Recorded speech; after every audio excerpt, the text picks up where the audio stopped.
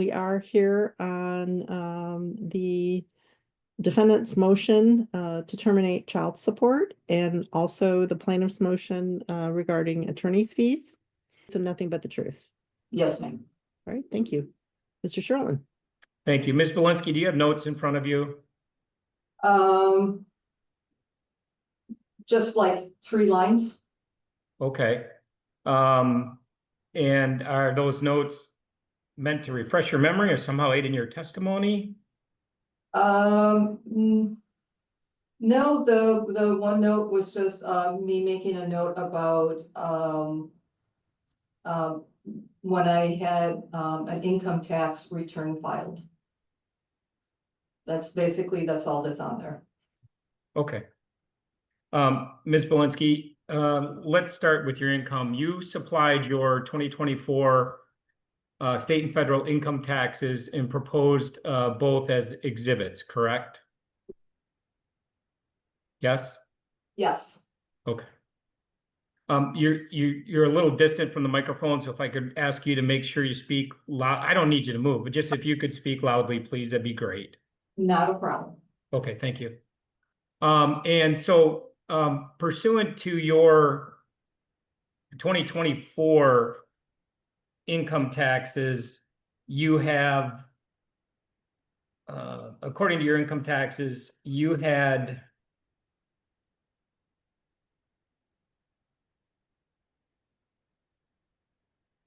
$52,880 in gross sales for 2024. Is that correct? Yes. Okay.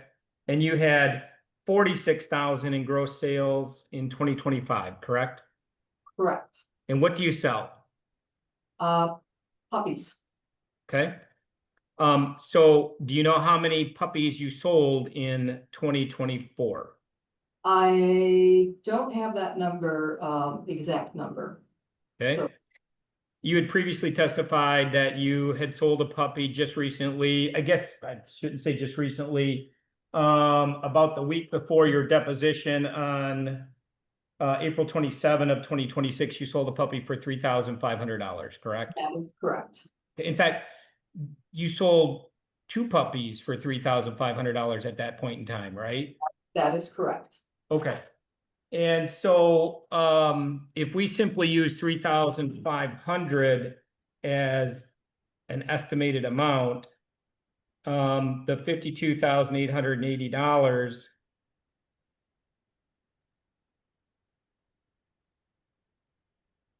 if that's the sale price for the puppies, that would be around 15 puppies, right? What would be around 15 puppies? If we divided your $52,880 by $3,500, if that is the estimated sale price of a puppy, that would be about 15 puppies, right? Well, the issue is, sir, that not all puppies are sold for that amount. Your math is correct, but not every puppy is sold. Okay, so if we divided it by 3,000 as a reduced amount, it would be 17 puppies then, right? Again, not all puppies are sold even for 3,000, and sometimes puppies are not sold. Okay, but you don't know how many puppies you sold?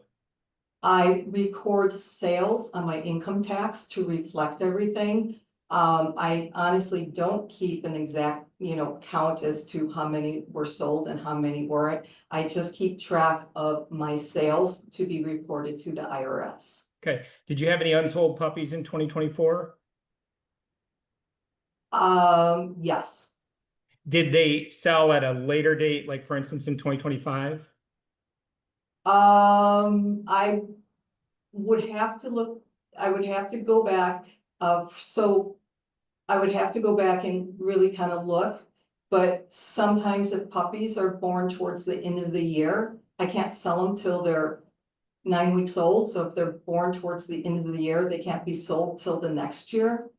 And sometimes I keep puppies back for breeding purposes. Sometimes I place puppies at no charge to replace maybe a dog or puppy I've sold previously that had a health issue, and I have to replace it for the person. Okay, did you replace any puppies in 2024? I really do not remember. Did you replace any puppies in 2025? Again, I really do not remember. Did you keep any puppies for breeding in 2024? Yes. How many? Uh,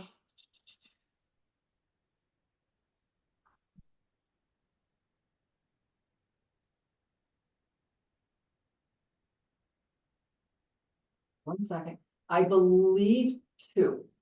Okay, did you keep any puppies for breeding in 2025? Yes. How many? That was also 2. Okay. And do you right now have any puppies that were born in 2024, 2025 that you haven't sold? Other than the ones you kept for breeding? No. Okay. So what is Flecken Base? Flecken Base is a pedigree program that is run by volunteers. Okay. And then did you have a chance to take a look at our proposed exhibit? Sorry to interrupt. Could you spell that? And, Oh, I'm sorry. Yes, ultimately has to transcribe this. absolutely. Ma'am, can you spell it, please? Fleckenbase.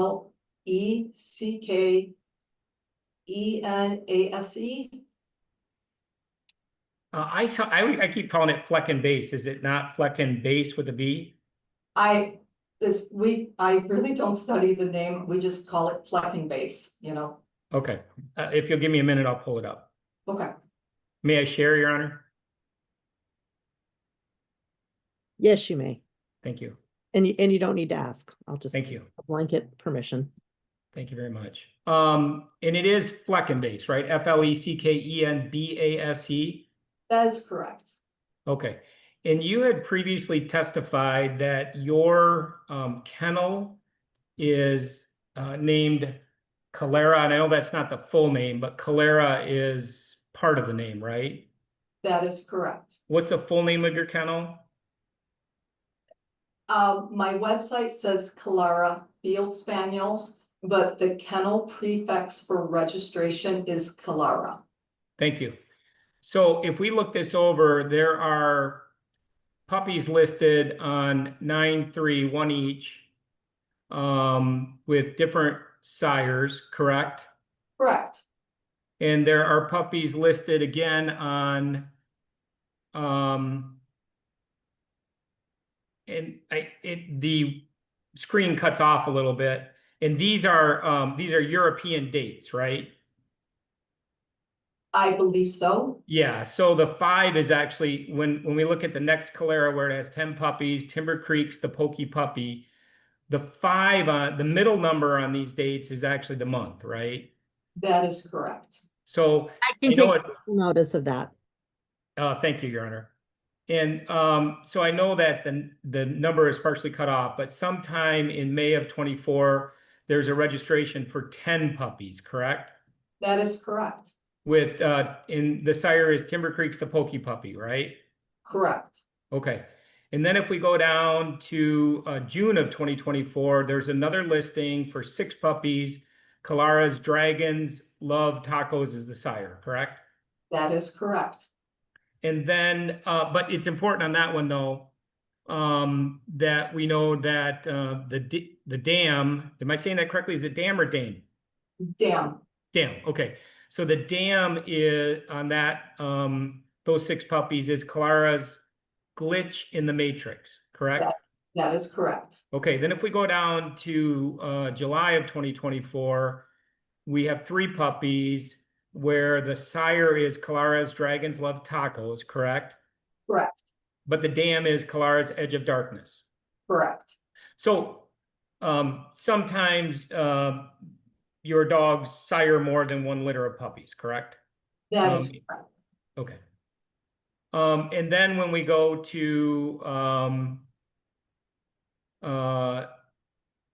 September of 2024, there's another listing for 10 puppies with Calera's Dragons Love Tacos and Calera Trio Serendipity as the dam, right?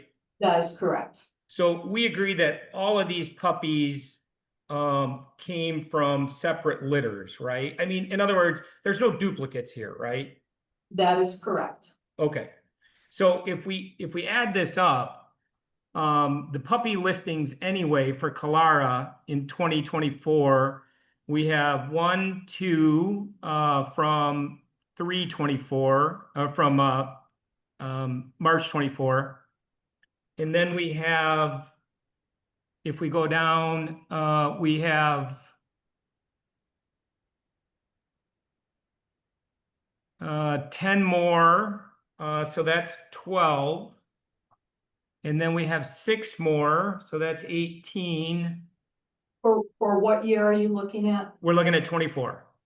The exhibit, Okay. yep. Okay, Okay, and then we add 3 more, so that's 21, and then 10 more for 31 puppies, right?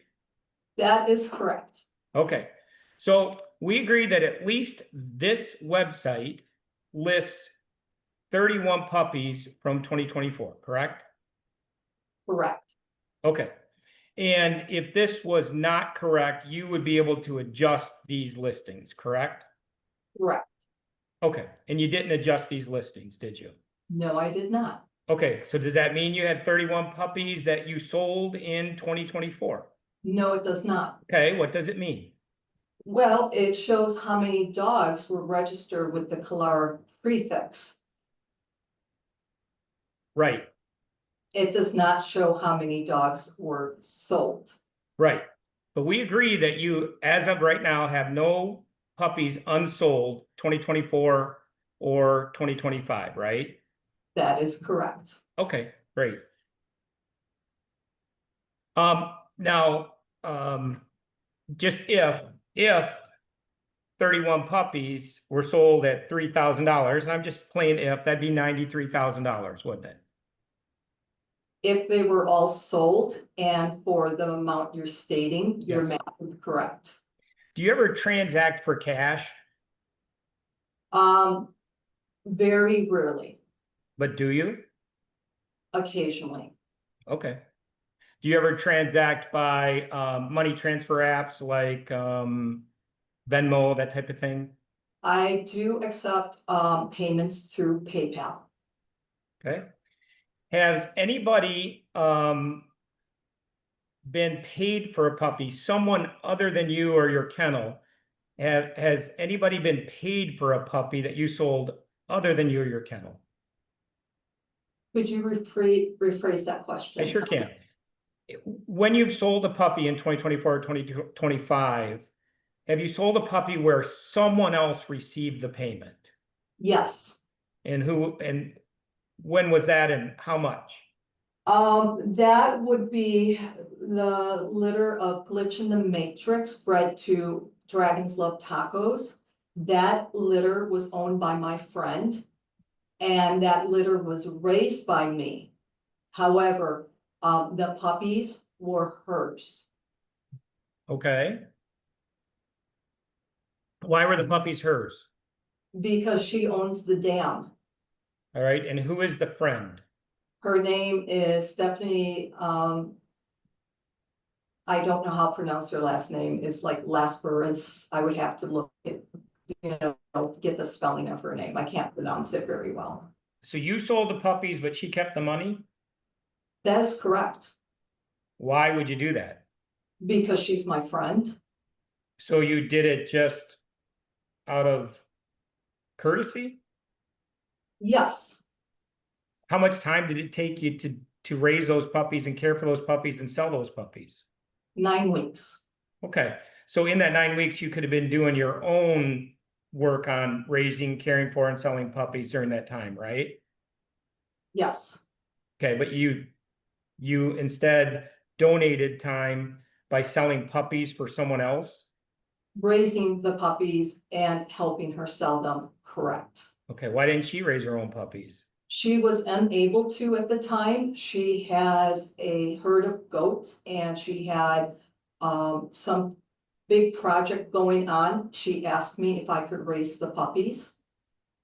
And I said yes. And you didn't get compensated at all for it? She paid for my expenses that went into raising the litter.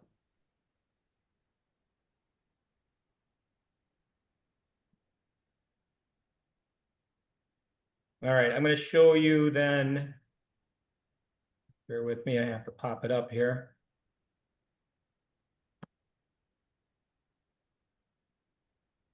I'm showing you what is marked as defendants HHH. Bear with me.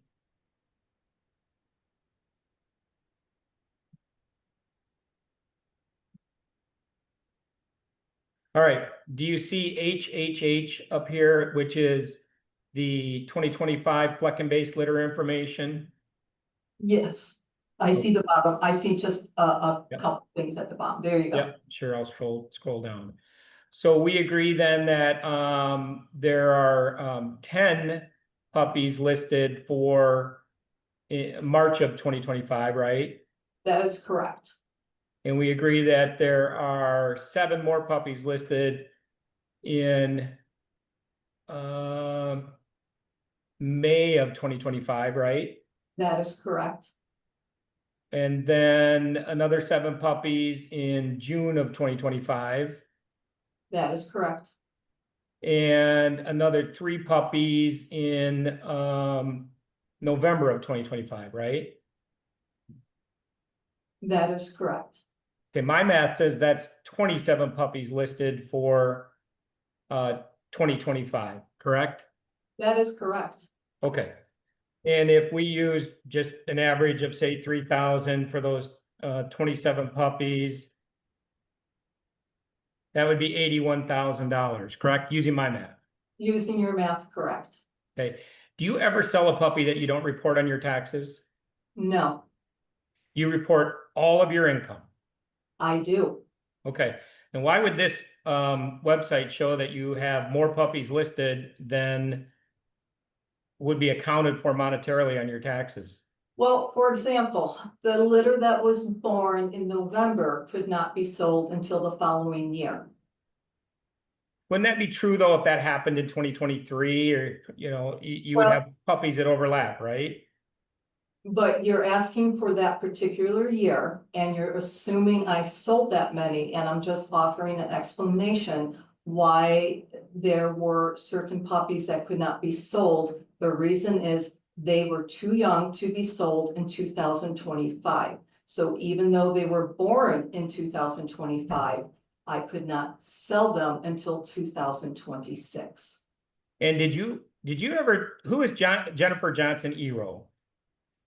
She is a person that was handling a dog named Sawyer, who I bred and owned.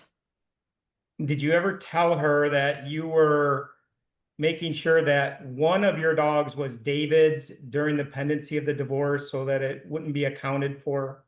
No, Told her nothing like that. no, I told her that there was a dog whose name is Drecky, is owned by Dave. Okay. How was Drecky owned by Dave? I gave Dave a dog. He was During the divorce?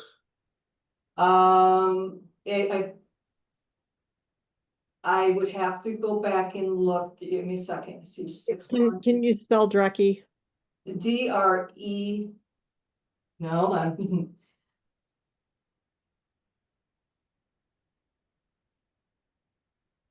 DREIKI.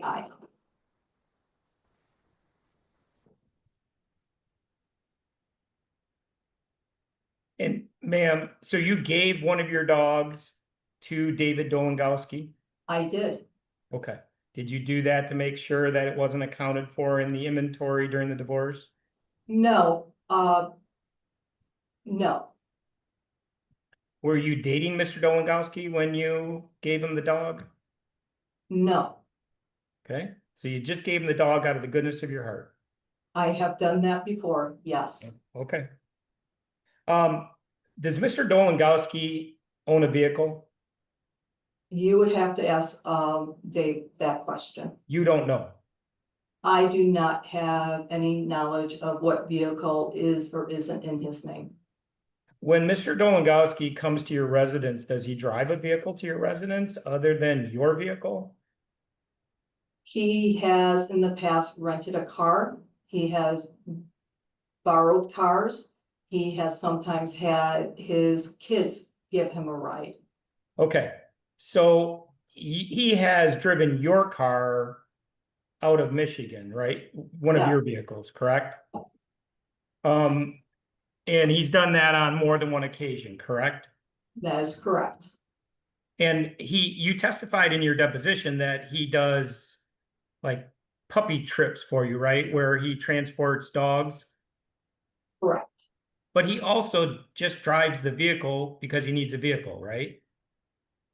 Sometimes he borrows the van when he has some jobs where he has to transport larger items like drywall or maybe some lumber that will not fit into a regular size car.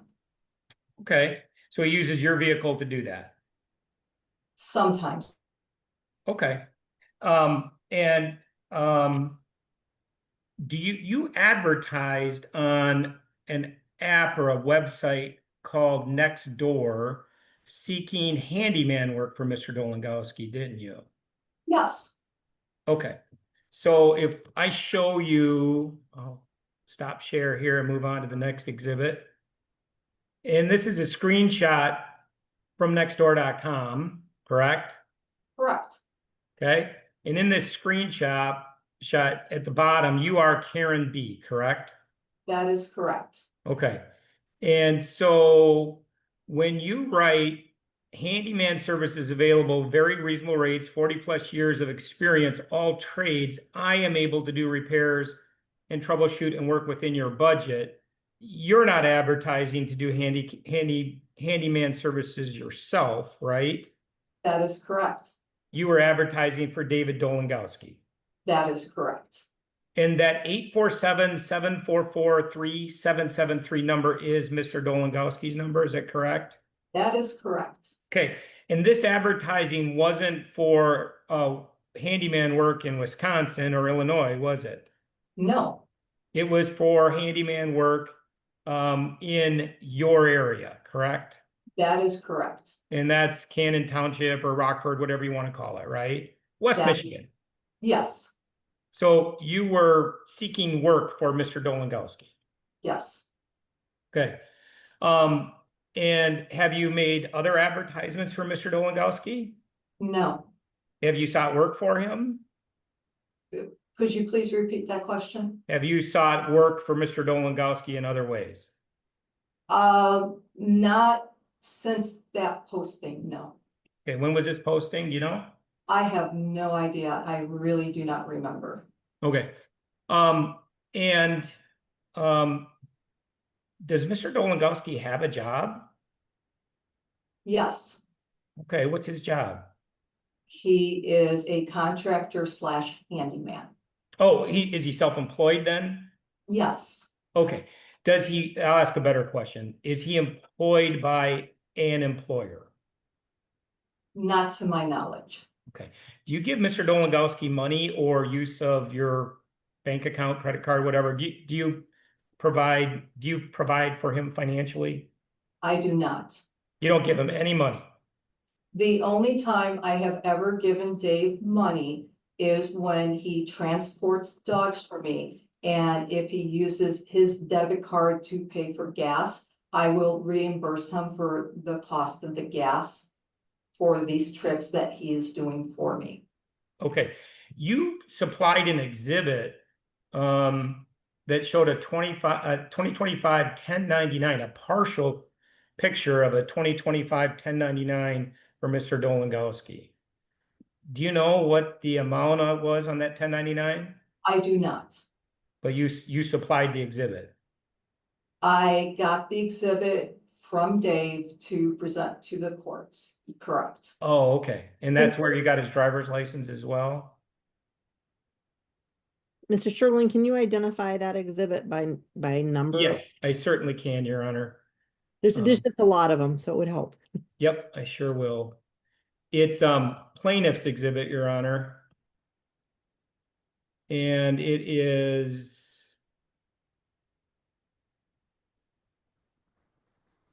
it's an attachment to exhibit, what appears to be exhibit 3, I believe. Thank you. Just verifying that, Your Honor, I got to scroll through.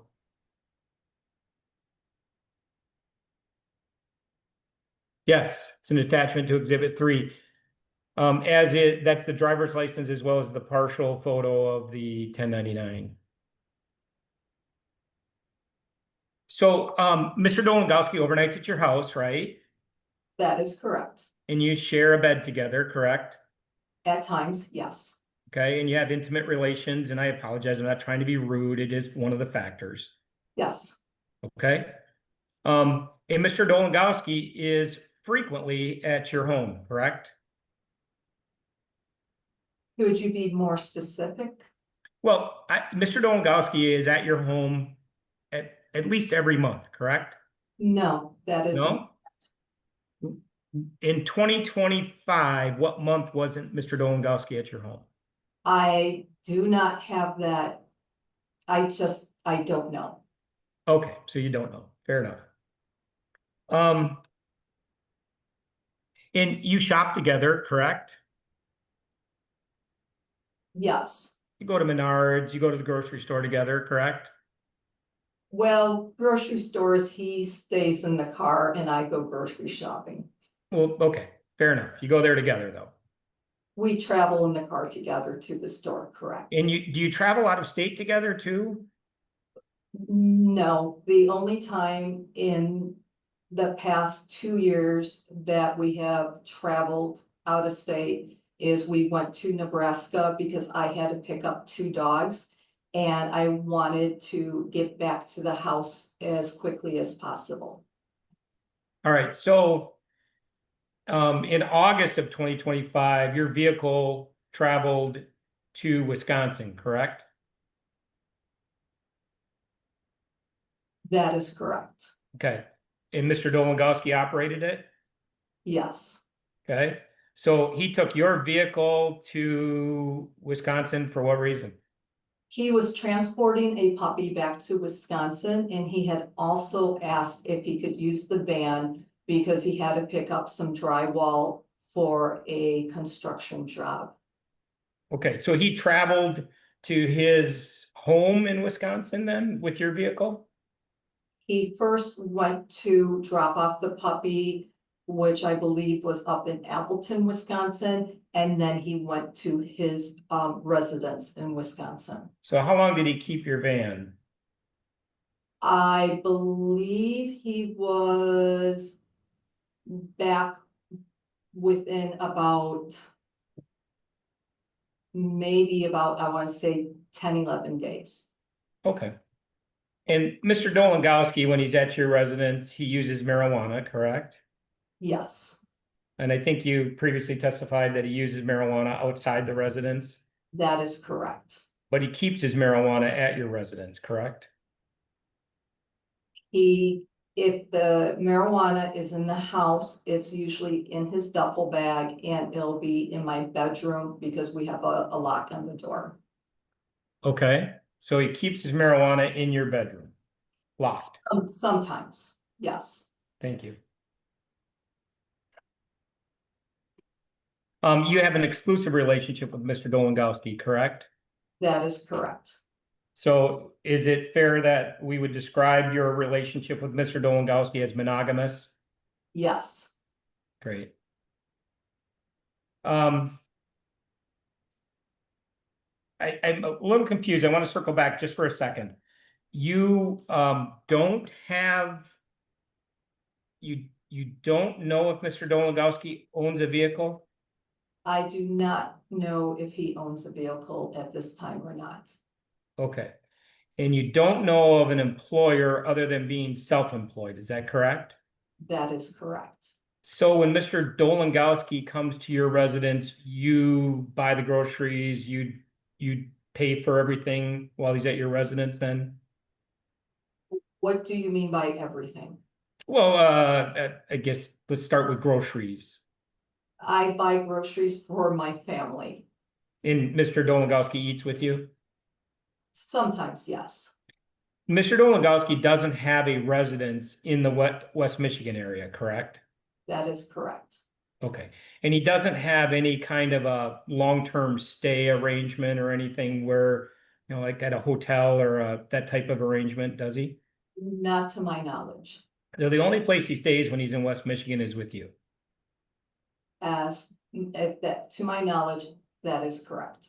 And so when he does this puppy work for you, you don't pay him for the puppy work, you reimburse him for the expenses. Is that correct? That is correct. So your business benefits from his efforts when he assists you with the puppies, correct? How do you mean by it benefits? Well, how about I'll ask it a different way. His work for you with the puppies is unpaid, correct? That is correct. And it is helpful to you to have Mr. Dolengowski do these unpaid things for your business, correct? It is helpful, yes. Got it.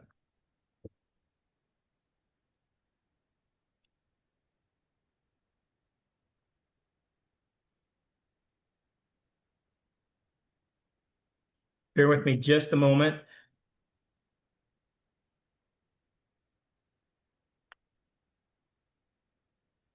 Oh, and Ms. Balinski, you claim that you have a need to for assistance with attorney fees, correct? Correct. Okay. And it's accurate that my client pays you $2,850 a month in a monthly property settlement payment per the terms of the judgment of divorce, correct? That is an interest payment, correct. Yes. Yep. But he pays you $2,850, right? That is correct. And then he pays you 25% of any distributions he receives from his company. Is that correct? That is correct. He also pays you spousal support, and those numbers are adjusting as of, or have adjusted as of June 1, correct? I believe so. I have not checked online yet to see what they are. Well, the uniform spousal support order effective 6/1/26 is in the amount of $2,450. Is that correct? Again, I haven't looked at it. I'm going to say, I don't know. I haven't looked at the amount, the new amounts yet. Sure, fair enough. And if you remember the child support amount for one child, because your oldest child has aged out, is that correct? That is correct. Okay, so the child support amount per the existing uniform child support order is $1,900. Is that correct? Again, I haven't looked up the numbers yet. I understand. Mr. Gardner is current in his support payments, correct? That is correct. Okay. And then one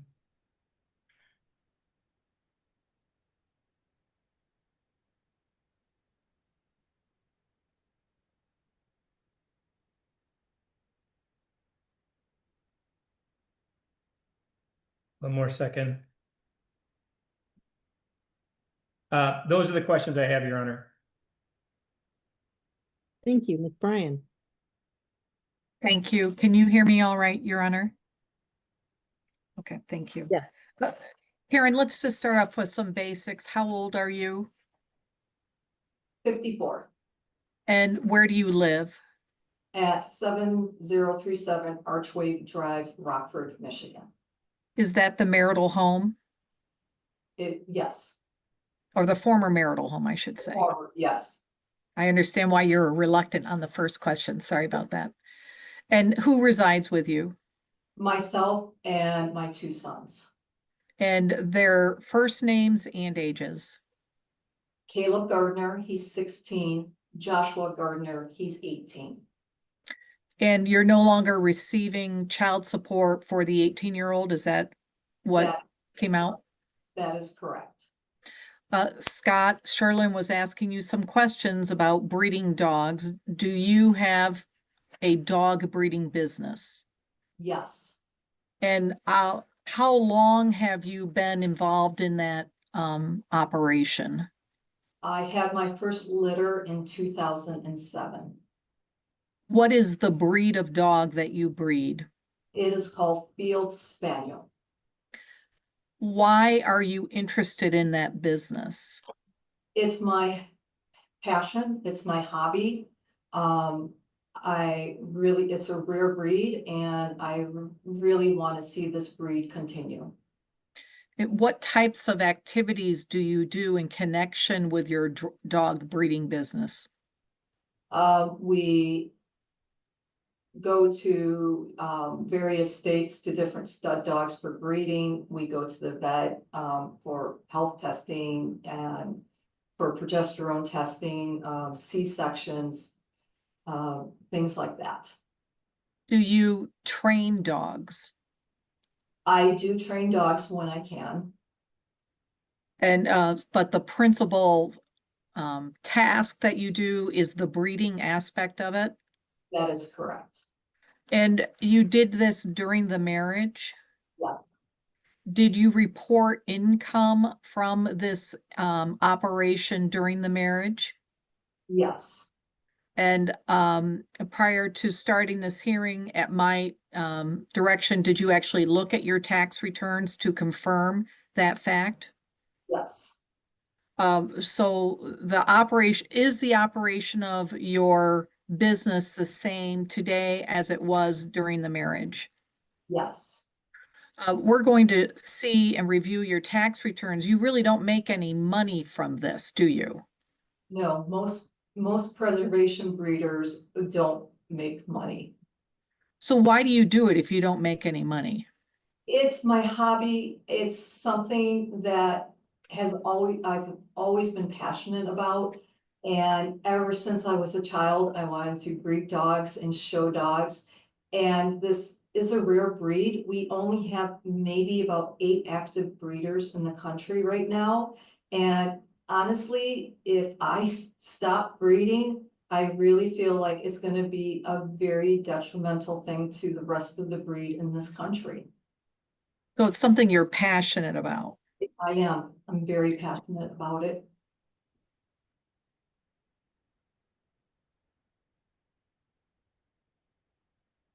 I'm going to screen share.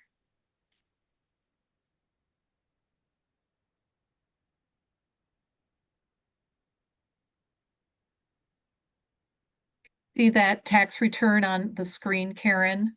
I cannot, there it is. Do you see your 2024 tax return? Yes, the top half. And this is Exhibit 1, Your Honor. We've also bait stamped all of our exhibits, so this would be bait stamped page 4 for your records. And Karen, with regard to 2024, did you report income from your dog breeding business in that year? Yes. I'm showing you the page which reflects that. This is bait stamped page 11 for the court's information. Karen, can you tell the court what is the gross income or gross sales that you reported in 2024? 49,352. And then what are your expenses for that year? That would be $120,083. Why is it upside down like that? What happened in 2024 to make it so lopsided? I had a lot, I believe, three girls had C-sections. And with those C-sections, 2 of them had singletons and another girl only had 3 puppies. In addition, that also part of the thing might be if a dog was sick or if we had emergency C-sections and just vet bills. If you give a lot of, expenses, sometimes the amount that I'm spending is a lot higher. I'm showing you now the face page of your 2025 tax return, Karen. And that will be, that's bait stamped page 54. It's still exhibit 1.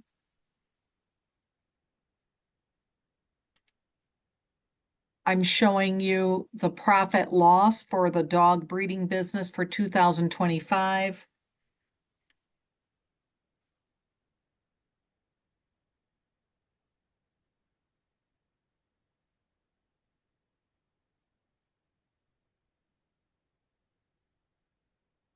And this is bait stamp page 61.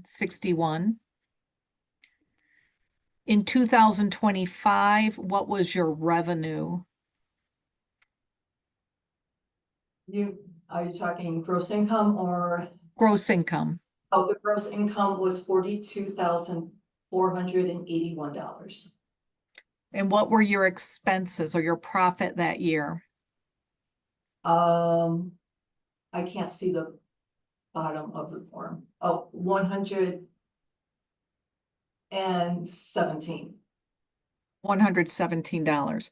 So is it fair to say that you are really not living on this income from this hobby that you have? Is that right? That is correct. And during the marriage, was this income or profit any different, substantially different than what you're reporting here for these 2 years? No, it was not. Karen, can you see a child support order on the screen in front of you? Yes, I can. This is a document which is part of the court file. It's the child support order in your case. You're familiar with that form? Yes, I am. And I'm showing you the next form, which is called a deviation addendum. Do you remember that? Yes.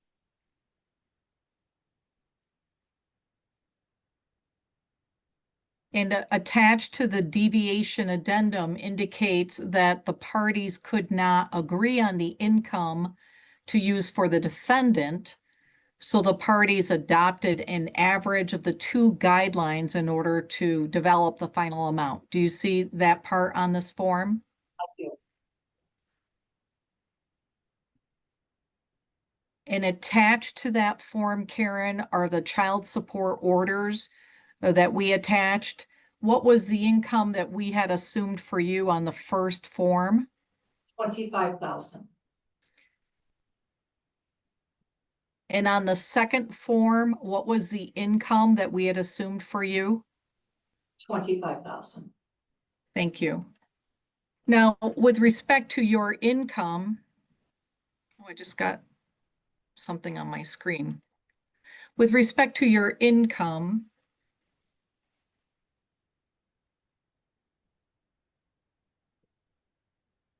I go back to your tax returns. This is a page from your 2024 tax return. This is Exhibit 1, and it's page 10. This shows the income you receive from interest income. What is the second item which is on your tax return, Karen? I can't see the form yet. It's not showing on my screen. Oh, that's because I didn't do it yet. Can you see that? There it is. So funny. I can see it so clearly. I'm glad I asked the question. So What is the income that you received from your property settlement and reported in 2024? hold on. Is 28,000, sorry, 28,956. Okay, thank you very much. And then let's do the same for 2025. What is the income amount that you received, the interest income from the property settlement payments that you receive? 28,778. So what is your primary source of income? And I'm not talking about property settlement payments, Karen. What is your primary source of income that you receive each year? the interest that is owed to me. The interest on the property settlement? That's correct. All right. You were asked a lot of questions about this Fleckinger or Flecking base report. Yes, ma'am. You agree that the recorded births are correct, is that right? That's correct. But as I understand your testimony, the recorded births don't necessarily reflect your income, is that correct? That is correct. Let's review the reasons again. One is that you said something about the timing of the births, is that right? That is correct. What do you mean by that? If I have a litter that is born in, for example, in November, December, by law, you're not allowed to sell any puppies until 8 weeks of age. I do not sell them until 9 weeks of age. So if we have a litter that is born later in the year, they cannot be sold till the following year. The second reason you indicated that it doesn't necessarily reflect all of your income or your income is that you may choose not to sell some of these puppies. What Correct. are all of the reasons why you may not choose to sell all of them? Reason number one, it could be a puppy going out as a replacement to a previous owner whose first dog they purchased from me. There was something wrong and a puppy is being given to him as a replacement. Another reason could be a puppy is held back in order for me to potentially use in my breeding program. Another reason is occasionally I get puppies that are very small. They may not quite be as robust or healthy as other individuals, where I do not feel comfortable actually selling them because there could be potential issues later on. And so there are times I might give those puppies to people at an extremely reduced rate or for free. There was another time I raised a litter for my friend, so I did not profit from those puppies.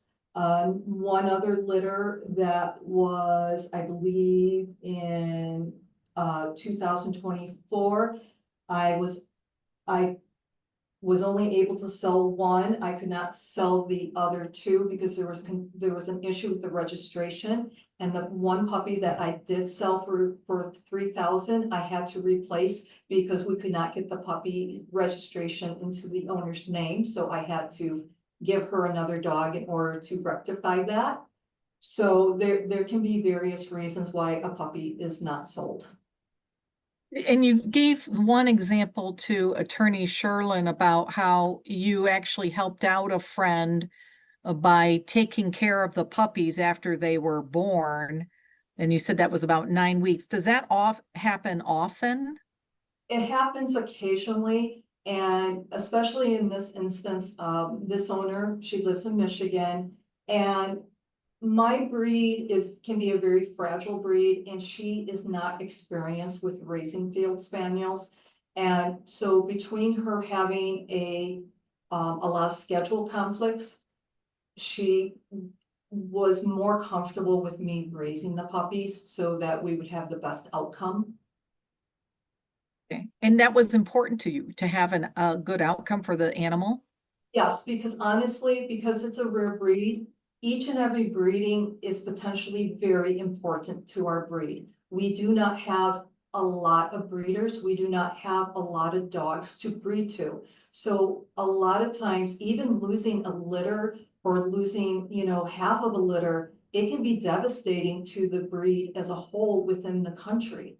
So each puppy is a very valuable asset to sustain the breed, to keep it going. With rare breeds, it's not like Goldens and Labs where there's thousands of puppies being born every year. We have, maybe around 200 Field Spaniel puppies born in the, every year in the United States. It's not a very common breed. Attorney Sherlin was doing examples where he was taking all the dogs and multiplying them times $3,000. Is that a fair way to estimate your gross income for this operation? No, it's not, because he's estimated and just looking at sales. He's not looking at the cost to get the puppies here. We have to raise dogs for 2 years. We have to pass all the health clearances. If they don't pass a health clearance, I can't use them in my breeding program. We have to pay for C-sections. We have to pay for health testing on the puppies. We have to pay for registration. We have to pay for supplies to raise the litters. There's a lot of money that goes into breeding dogs and raising them. And it's very unfair just to say, oh, you had 10 puppies, here's how much money you made. No business runs like that. And Karen, you're using the word we have to pay, we have to do. Are you talking about breeders in general? Breeders in general, yes. Okay, let's go to the issue of you have a boyfriend, is that right? That's correct. And what is his name? David Dolengowski. Where does he live? He lives in Silver Lake, Wisconsin. And did you meet him in the connection with this dog breeding interest that you have? No, Dave and I were first friends when we were in our early 20s. Okay. Does he live with you? No, he does not. Has he spent the nights at your home? Yes, he has.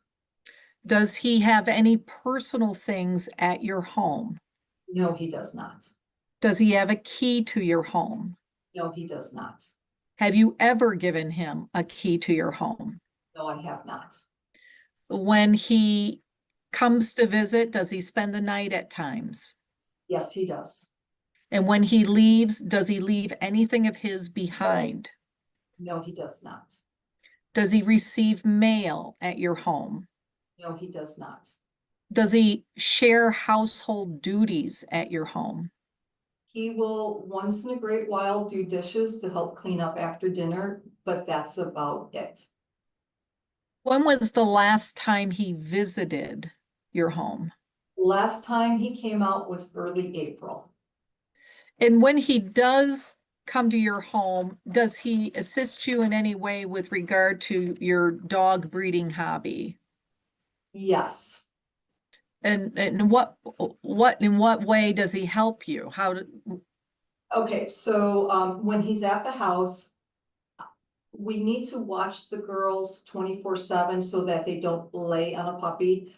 Sometimes if moms get a puppy underneath them, they can actually kill the puppy. So during the first 1 to 2 weeks, we want to keep supervision on mom. So what he does is when I'm sleeping, he will sit in the room and just watch to make sure none of the puppies get trapped underneath the mother and suffocate.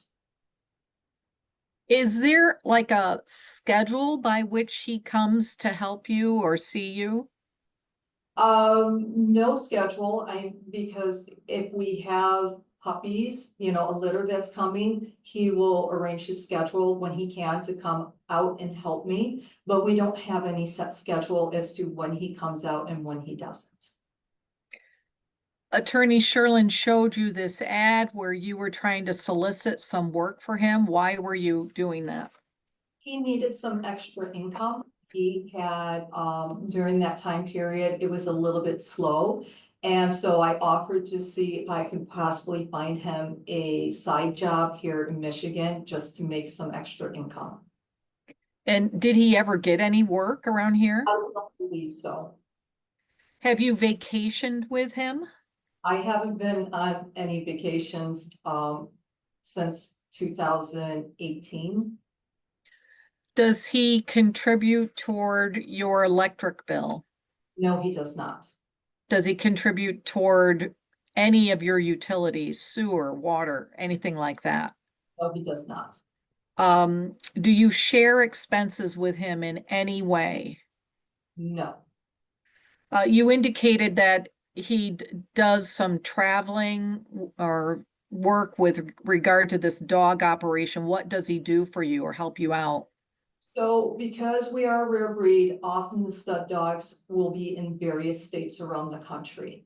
As I have to be home to get the kids to and from school, because to get them to the bus stop, for example, or like Josh was at KCTC, I am their transportation.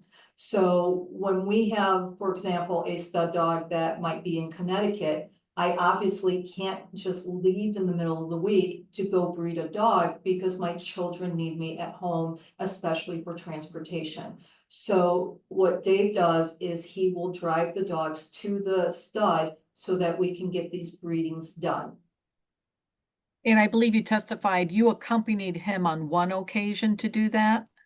That was not for breeding. What happened was my friend in Colorado, her mother became ill. She had two dogs, from one from me, one from another breeder that she desperately wanted to rehome. So she asked if I could pick up the dogs and help find them homes because her mom lives in a neighboring state and she said she couldn't take care of her dogs anymore. So we met her in Nebraska to pick up the dogs and I found them new homes. And so we were doing that to help a friend. Your Honor, this is Exhibit 14.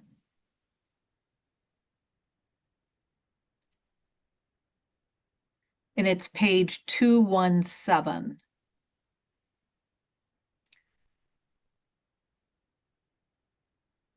Karen, we've offered to the court your bank account statements for the last several months. The top page, is this your name on the account? That is correct. Have you ever put Dave's name on any of your bank accounts? No, I have not. Has he ever deposited money in this account? No, he has not. If we were to review this bank account, we would see a number of different deposits that are here or transfers. Why do you have to transfer money into this account? Usually it's just to pay bills. And also including attorney fees? Yes, that is correct. Do you have a credit card that you use? The only credit card that I use is called a care credit card, which can only be used for medical reasons. Don't you have a Synchrony Bank, or I might be pronouncing that wrong? That's the care credit is the Synchrony. Okay. And that particular credit is like a medical credit card. So I actually opened that card, I believe yes, that was in November of 2025. My girl needed a $5,000 emergency C-section. And because I did not have the money, all the money in my account to pay for it. And so I had to take out that credit card in order to pay the emergency room visit. And when you say my girl, you mean your dog, My dog, yes, your mom dog. yes, she's my baby. Okay. We had some discussion about credit card statements. Did you try to give us all of those credit card statements today? I did, I actually, I think Kaylee came in and I sent them through an email through my phone. I do not know if she got them, but as soon as I got to your office, I immediately, started. She came over and helped me and we started emailing those to your assistant, but I did not have time to check with her to see if those went through. Let's go to the issue of attorney fees. We've established that your primary source of income is the interest payments that you receive on your property settlement. I'm not saying this is all the money you get property settlement payments, do you not? I can't hear that. I said, yes, that is correct. And you receive child support, correct? Yes, that is correct. You receive spousal support. Yes, that is correct. But the other income is primarily the interest income that you are paid on your property settlement. Is that true? That is true. And are you able to pay for these legal fees that you've incurred with the income that you've received? No. The court has already or will be able to review the attorney fee bills that we've submitted, but can you give the court your estimate as to the total fees you've incurred? Up until this date, it has been about 18,900 approximately. And in the course of this litigation, you've had to file an answer to the motion, is that right? That is correct. You've answered discovery, is that right? That is correct. Has Attorney Sherlin or his client asked you to produce any income information about your dog business at all? Yes, well, I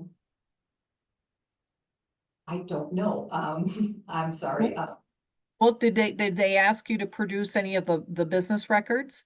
Yes, well, the income taxes, correct, but I don't. Income tax. Yeah. I'm talking about the actual records from the dog business. To your knowledge, did he ever ask to even see those records? I'm trying to remember.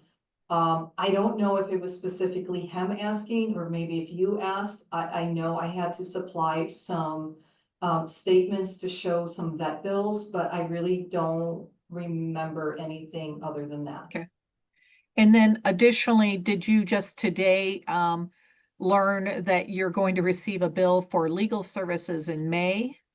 Yes, that is correct. I'll show you that bill, which is, Your Honor, this is Exhibit 17. And according to this bill, you have incurred another $3,298 of fees for the month of May. Is that Yeah. right? That is correct. This bill shows that your balance right now is $4,077. Is that right? That is correct. And when you've been making payments on your legal fees, as we've gone along, where have you gotten that money? I have been liquidating assets.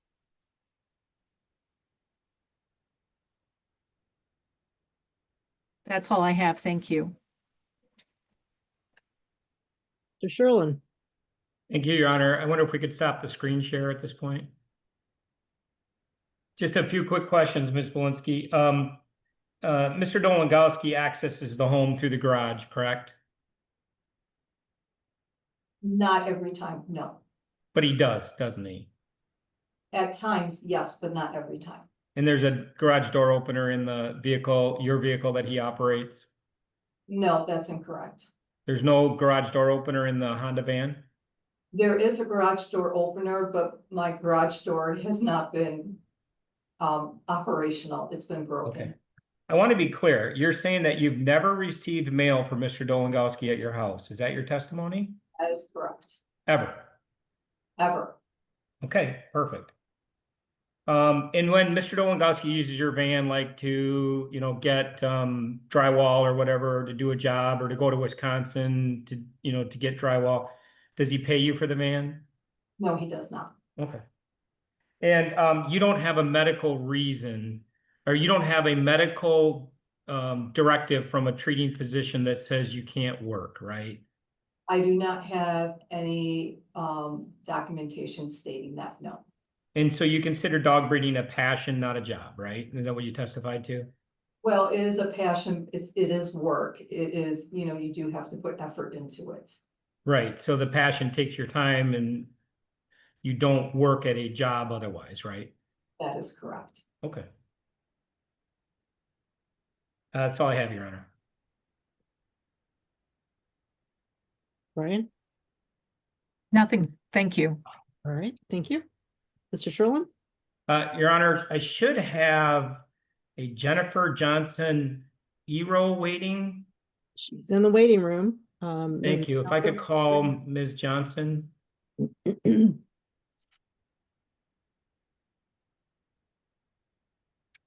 Also, Your Honor, while I'm doing that, there should be David Dolengowski waiting as well. He is there. Okay, I don't know if the courts, we can send a message to him that we're simply asking him to wait his turn. Yes, we can do that. Ms. Okay, thank Would you. you send him a chat, please? Thank you. Okay. Ms. Johnson, can you hear me? Yes, All right, thank you. Would you raise your right hand? Would you state your name for the record and spell it? Jennifer Johnson, Ieorii, Iorii. And do you swear or affirm the testimony you're about to give in this matter is the truth, the whole truth, and nothing but the truth? I do. Thank you. Thank you. Ms. Johnson, I apologize. I butchered your hyphenation on your last name. I really apologize. How do I say it? It's Ieorii. Ieorii. Okay, thank you.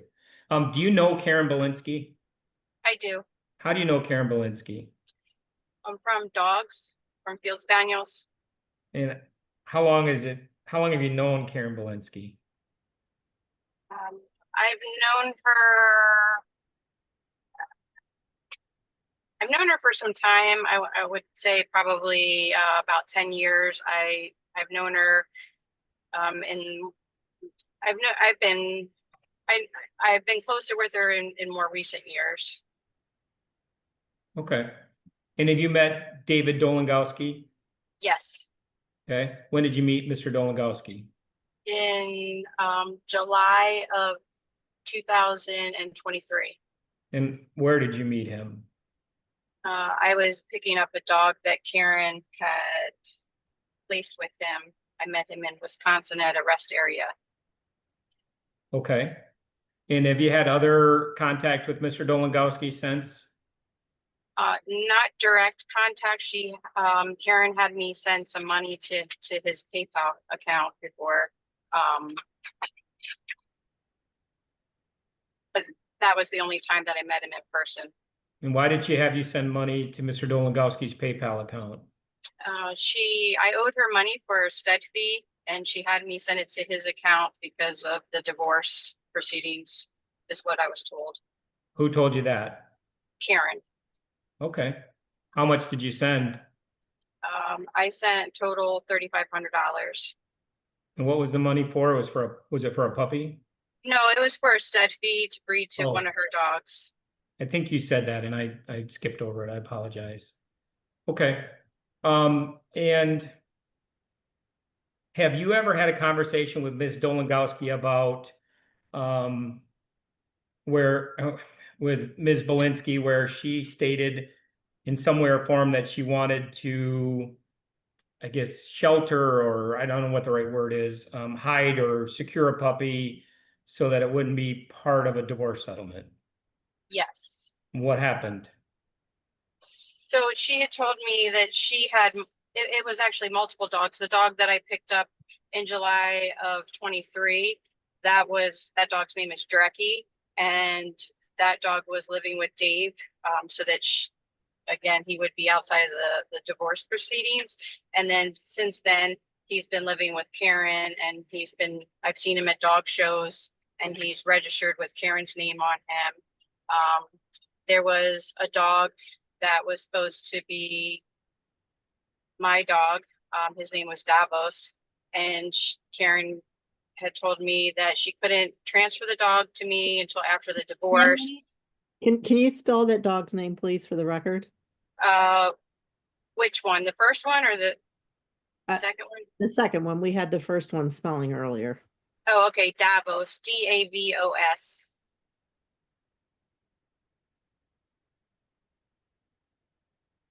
Okay. Did you get what you needed, Your Honor? Okay. What was it you were saying, ma'am? So this dog, Davos, he was supposed to be my dog. I was supposed to co-own him with Karen, and Karen had told me she couldn't put him in my name until after the divorce was over. So in the interim, she took him to Illinois to her friend Tia Prather, and took pictures with him with Tia at her residence to put on Facebook to look like the dog was going to be owned by Tia. And she registered the dog's name in Tia's name. And then after the divorce, the dog is back with Karen and has been shown with Karen's name on him. And then there were other dogs too that when I would talk to Karen, and she said she was driving to Colorado to drop off some dogs to a handler to put them with a handler so that they would be there instead of at her house. Are you aware of whether Ms. Balinski raised a litter of puppies? And I apologize if I don't use the right terminology. I don't know if litter is correct or not, but a litter of puppies for someone else as a favor without any, shared income? Like, do you know, the person's name? Is I it? don't. I'm just, have you heard of anything of that? So there was a litter that, so what Karen does is sometimes, like, so she sells puppies to owners, and then she brings them back and gets a litter from them. So there was an instance, I believe they would be about 2 years old, so about like 2024, where she had bred a female. Stephanie Lasperance owned this dog, and then Karen bred it to one of her dogs, and Karen took the female and whelped the litter of puppies and sold the litter of puppies. Okay. I want to show you what is marked as Defendant's Exhibit GGG. And I'm going to share it on the screen here in just a moment. Can you see this bills of sale puppy document on the screen? Yes. What is this? So it's a bill of sale between Karen Balinski and Lynn Brosio, and it's for a dog, a puppy that I co-bred with Karen and that I co-own with Karen. Okay. And let me show you then. I'm going to stop sharing with this one. Oh, by the way, the bill of sale that I just showed you, how much did that puppy sell for? She sold it for $3,000. And just to point out on that bill of sale, so I was the co-owner of that puppy, and I co-bred it. I co-owned. There were 3 puppies in that litter, and so Karen sold this dog that I own to this third party in Canada, and that's how I am aware of this. This is how I have a copy of this paperwork, because again, this was a dog that I own, and Karen sold it and promised this woman in Canada papers for this dog when she couldn't sell this dog because, again, I'm a co-owner of this dog. So what happened to the 3,000 from the sale? Do you know? It all went to Karen. I didn't receive anything for this dog. Okay. I'm showing you what's marked as Exhibit FFF. What is this? So that's Karen's contract, her female show prospect contract. And so she sold it as a show potential puppy, and she's, again, to Lynn Brosio of Canada. Okay. I want to show you another exhibit. Are you familiar with the Flecken Base website? I am. Okay. And I'm showing you the second page of Defendant's Exhibit HHH, which is the 2025 Flecken Base litter information. Do you recognize the kennel name Kalara? Yes, that's Miss Balinski's kennel name. Okay. And if you look at this in terms of the puppies listed, and if this, I believe, totals 31 puppies, do you believe that's an accurate listing of the puppies that you're aware of in terms of what Miss Balinski has produced? If anything, it would be an underestimate. And why do you believe that? So the Flecken Base is a database used for field spaniels, and so breeders, owners, breed enthusiasts, breed clubs use it, and they enter information. So they enter like a specific dog, and you can update with health clearances and things like that. It's a way to track field spaniels that are born. It's not limited to the U.S. It's for the any country. But people have to go on there and input the data. So say like Karen sold a puppy as a pet and the people never registered it, it necessarily wouldn't show up on this database. Okay. I I want to show you then 2024 from the same website. Bear with me. Can you see exhibit I? Yes. It sounds like an Ozzy Osbourne song, but that's accidental. I'm going to show you the second page.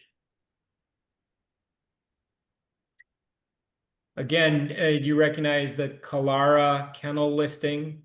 Yes, and I recognize the dogs that are listed there next to Kalara. Okay.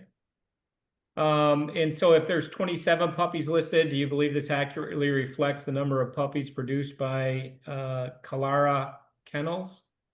Yes, Objection, excuse me, there's no foundation for this witness to provide any of this testimony whatsoever. They've not come close to establishing her personal knowledge, other than saying that they were once friends.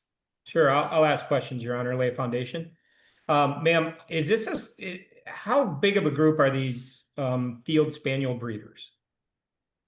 I would say it's a relatively small group. I mean, you can see, you pull the data for 2024. Those are all the field spaniels that were produced.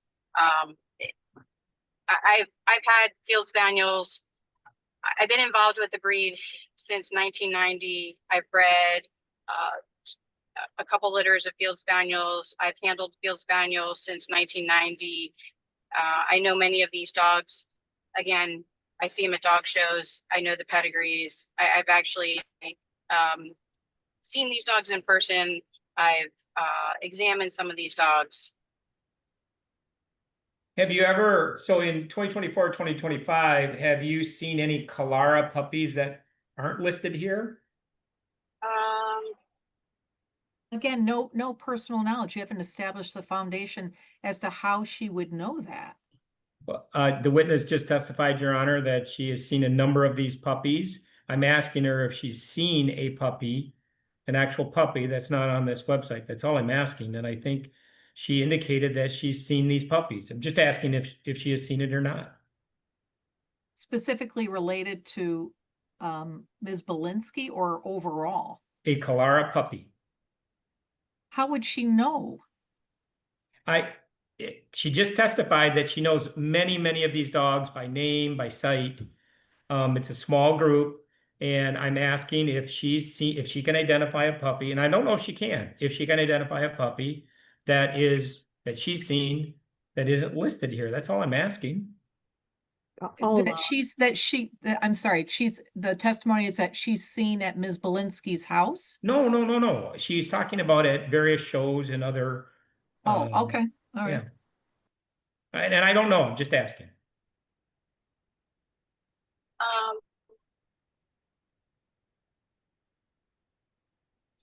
So I'm just looking at this list here. I did, so in 2024, Karen sent me a list of her proposed breedings that she had planned. It was about 8 or 9 litters that she had planned. She asked me if I wanted to co-breed with any of these litters and to get a puppy back. So I did. She put my name on a female of hers. We did co-breed this litter together. Again, that was the dog, one of the dogs. As a result of that breeding, was sold to Canada without my knowledge or consent, and that would have been in 2024. And I'm just trying to find if that litter's on here.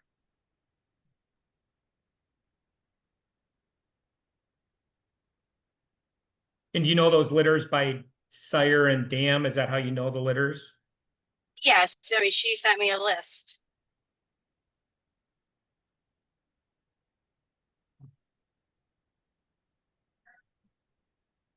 Okay, yeah, so I do see that litter listed here. Okay. I want to show you now some text messages. Do you see exhibit JJJ, which starts with, I think in the upper left corner, it's 12:55 as a time? Yes. Okay. I'm going to scroll through these, take a look. It's multiple pages, and you can tell me to stop or whatever you need, but I'll try to go through slowly.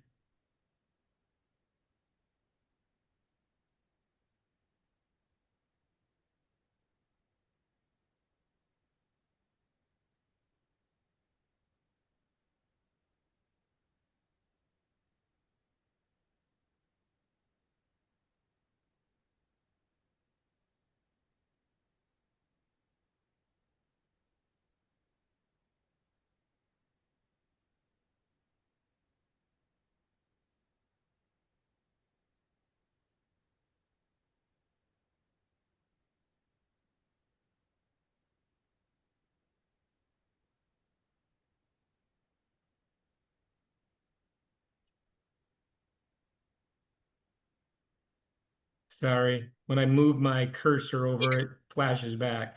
So as I scroll through, do you recognize what these documents are? Yeah, they're text messages, private messages between Karen and myself. Okay, and which left and right, who is who in the communications? So on the text messages, I'm green, and then she's the white messages, and then on the private messages, I'm blue and she's white. And when you say private messages, is that through Facebook or another app? Yeah, I'm sorry, Facebook Messenger. Okay, perfect. So let's start here. It looks like this first page, the messages at least began on February 26th of 2024. Is that correct? Yes, in this exchange. Okay. And so on March 5th of 2024, you asked, is your Facebook out? Is that you asking? Yes, And how did Ms. Balinski respond? she responded in Dave's.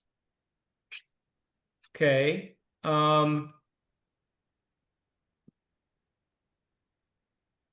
going to go to the next page.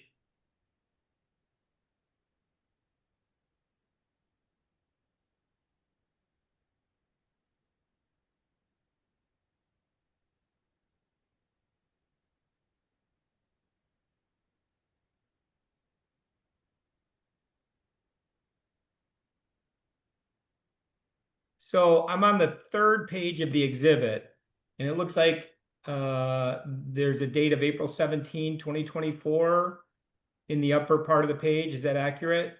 Yes, And so these are what kind of messages then? Facebook Messenger. And you're on the right, is that correct? Correct. And who's on the left? Karen Balinski. Okay. So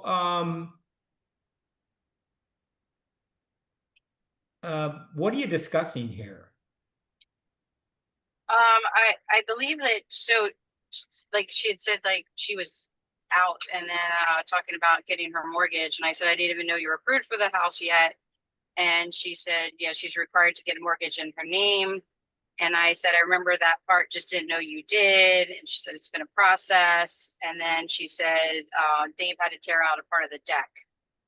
Do you know, or do you have any idea who she was talking about in terms of Dave? Yeah, her paramour. Mr. Dolengowski? Yes. Okay. So what deck do you think she was talking about, if you know? The house on her deck. I think it was like for the mortgage so she could get you know, the appraisal so she could get approved for the mortgage. And then if I go to the next page, it looks like this is another, either a continuation or another conversation. What are you talking about on this page? So Tucker is a dog, so she's talking about like exchanging dogs, and then she was talking about that she said the hard part is getting dogs to me. I lived in Delaware at the time, and I asked how she was getting Tucker there, and she said Colorado ? Taxi Dave. Do you know what she was referring to as Taxi Dave? Again, I'm sorry, I forget his last. Mr. Is Dolengowski? I forget. I'm sorry. Okay. All right. Her boyfriend. Got it.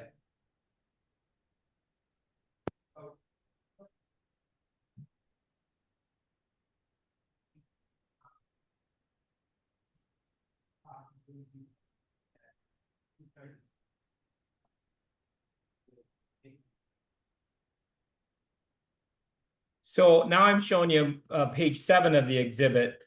Are these also Facebook messages? Yes. Okay. And is this a continuation then of the July 12, 2023 conversation, or is it another date? It's another date. It looks like it got cut off. There was I was at a dog show, and Sharon deputy asked me if Karen was seeing Dave, still with Dave, Okay, so on the bottom, it says Dave owns Drecky, end of story. What's that about? Oh, so Drecky was the dog that, again, like she had living with Dave, in her words, to hide from the divorce.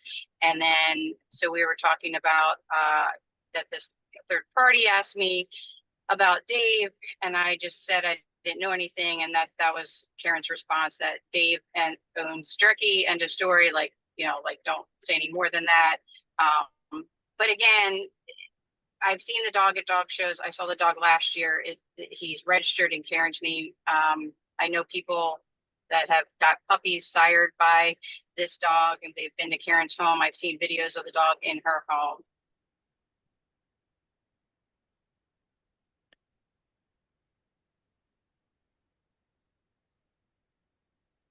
Great. Did you have some sort of falling out with Ms. Balinski?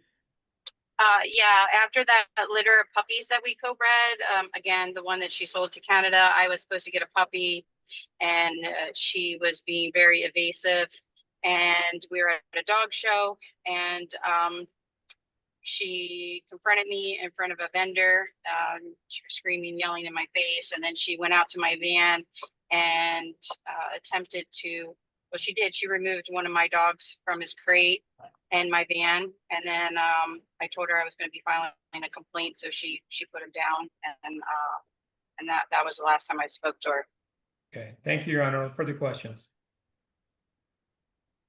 Ms. Ms. Bryan. Johnson, I didn't hear where you are. Where is your residence? Where's my residence? Yeah, It wasn't asked. but where is your residence? I live in Delaware. What is the address, ma'am? P.O. Box 126, Georgetown, Delaware, 19947.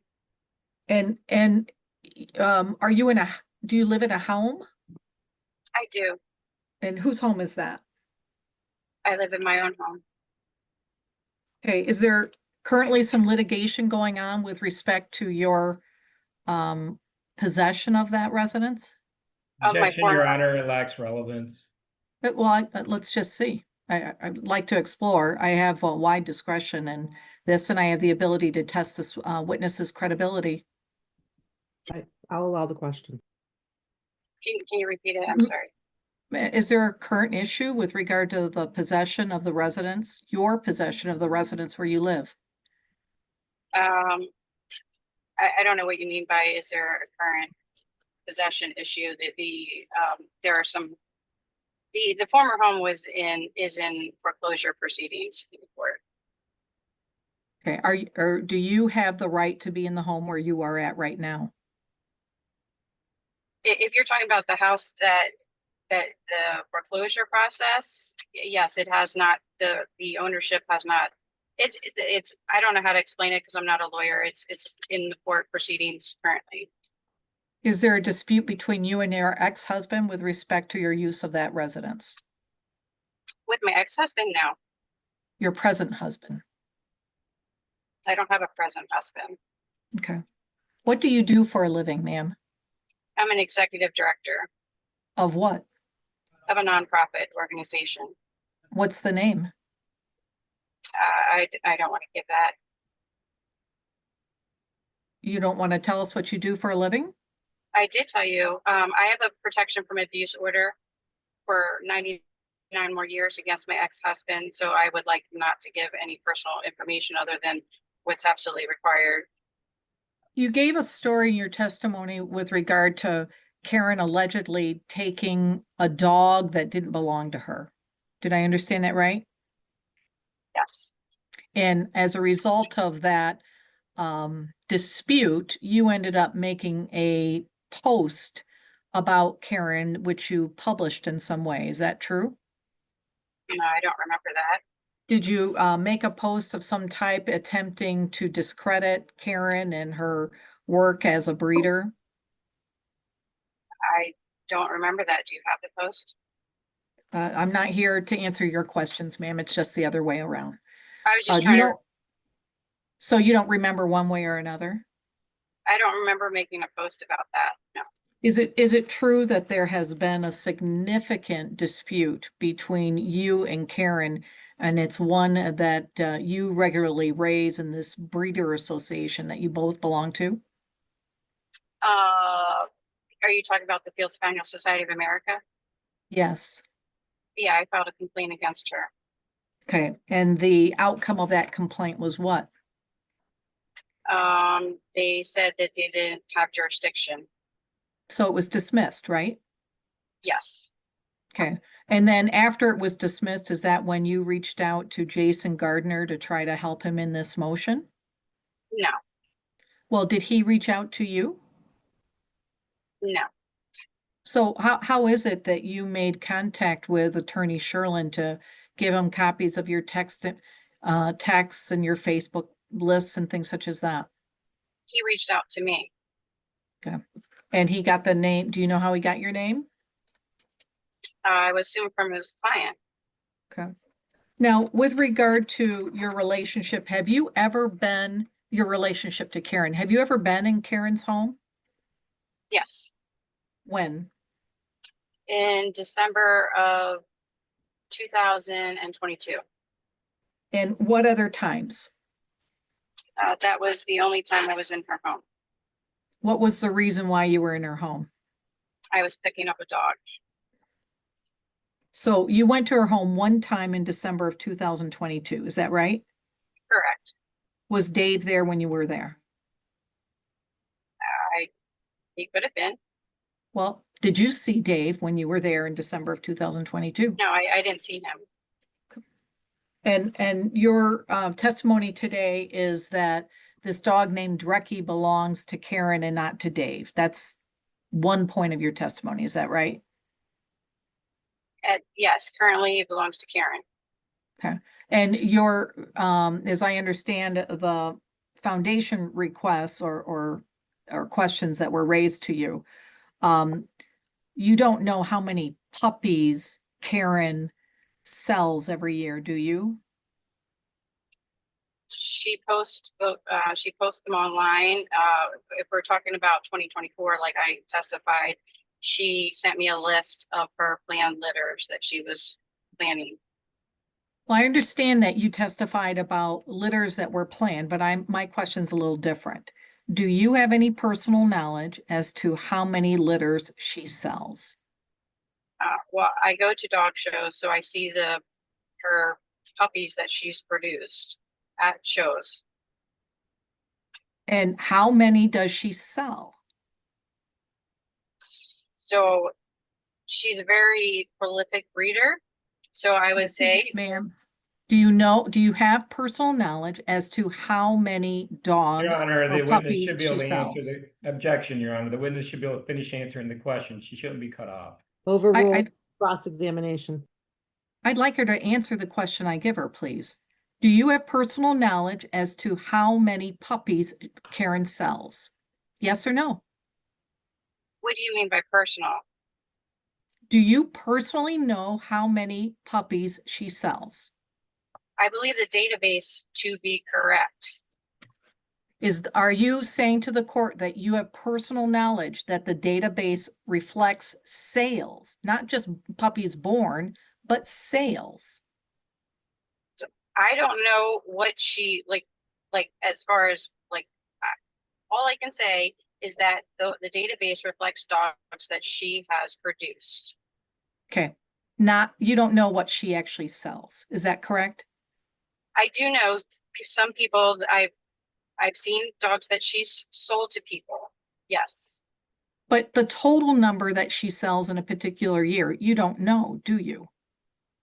So I can't say, okay, if there's say 30 puppies, I can't say what percent she sold or what percent she kept because she keeps them.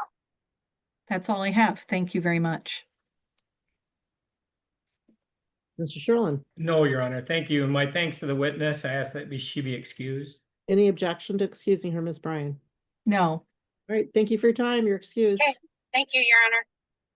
Your Honor, I'd call Mr. Dolengowski to say, do we have a feel for where I am on time, Your Honor?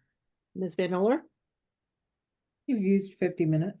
Okay, I'd call David Dolengowski. I hope I'm saying it right. Well, before we do that, I think I personally need a break for about Oh, 10 minutes. We're back on the record in the matter of Balinski versus Gardner after a short recess.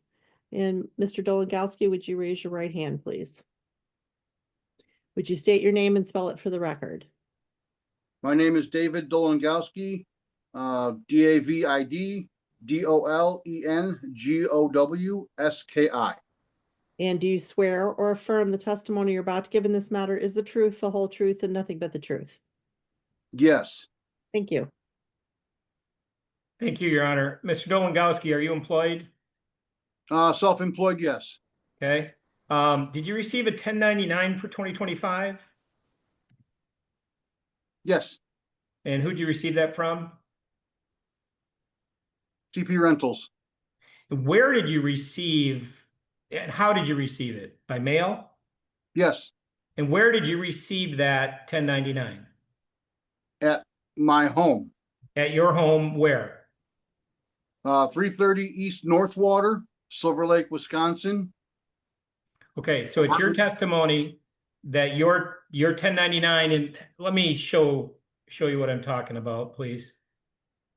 Can you see this document? It says, it has a thumb in the upper corner. It says CP Rental Properties. Yes, Okay.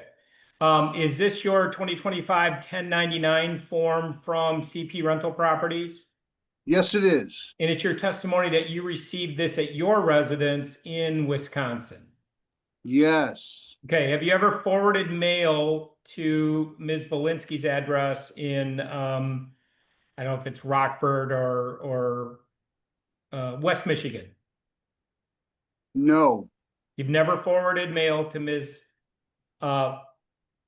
Balinski? no, Okay. Do you own a vehicle? no, Okay. Do you drive Ms. Balinski's vehicle or vehicles? sometimes. Okay. And so have you ever driven Ms. Balinski's vehicle out of Michigan? Yes, And have you ever driven Ms. Balinski's vehicle to Silver Lake, Wisconsin? yes, And have you used Ms. Balinski's vehicle to haul materials or tools or that type of thing for your self-employment? yes. Okay. And have you done that frequently? I would not say frequently. How often have you done it, say, in 2024 and 2025?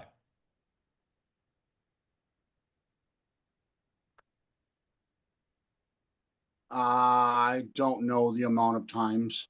Multiple times, though? More than once, yes. Okay.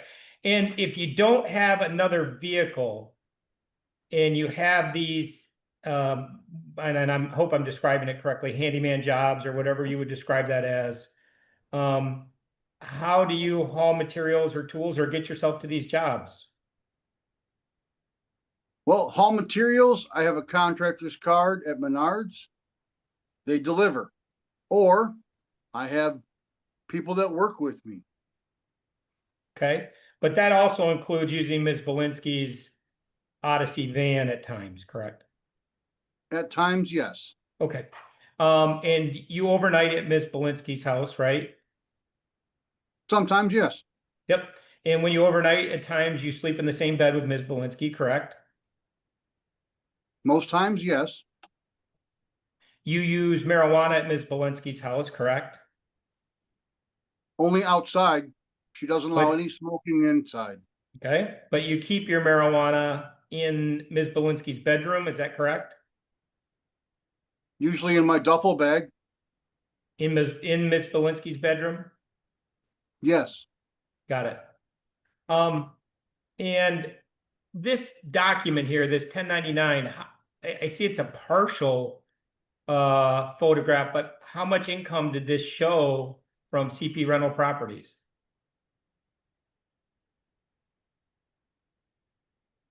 I don't recall. how much income did you report on your 2025 taxes if you filed them? I didn't file. So you haven't filed taxes for 2025? No, Why not? because I haven't.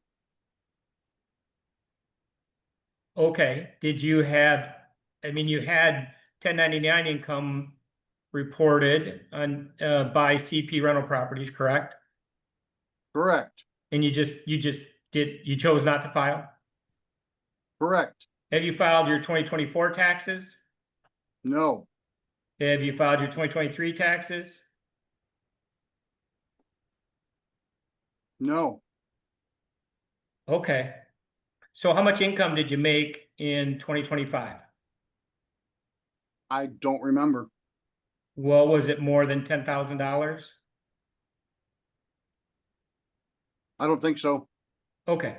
So how much is your rent at 330 East North Water Street, number H? What I pay, Yes, 8.25, 8.25. you pay $825. And so your income was under $10,000, is that correct? That is correct. Okay, and so if you pay $825 for rent in Silver Lake, Wisconsin, did you pay that rent for 12 months in 2025? No, Why not? I live with my son. He runs a business out of the apartment. And most of the things are in his name. I give a portion. Oh, so you don't pay $825? No, I do not. Okay, how much do you pay? 325. $325. So you pay $325. Did you pay that for 12 months in 2025? Yes, Okay, so that means you paid $3,900 in rent. Is that correct? that is the math. Yes. 2025? Okay. What kind of business does your son run out of the apartment? It's a 3D printing. 3D printing? Okay. And you said most of the stuff is in his name? Yes, Okay. So, with the less than $6,000 that you have annually, how do you purchase, food, gasoline, those types of things?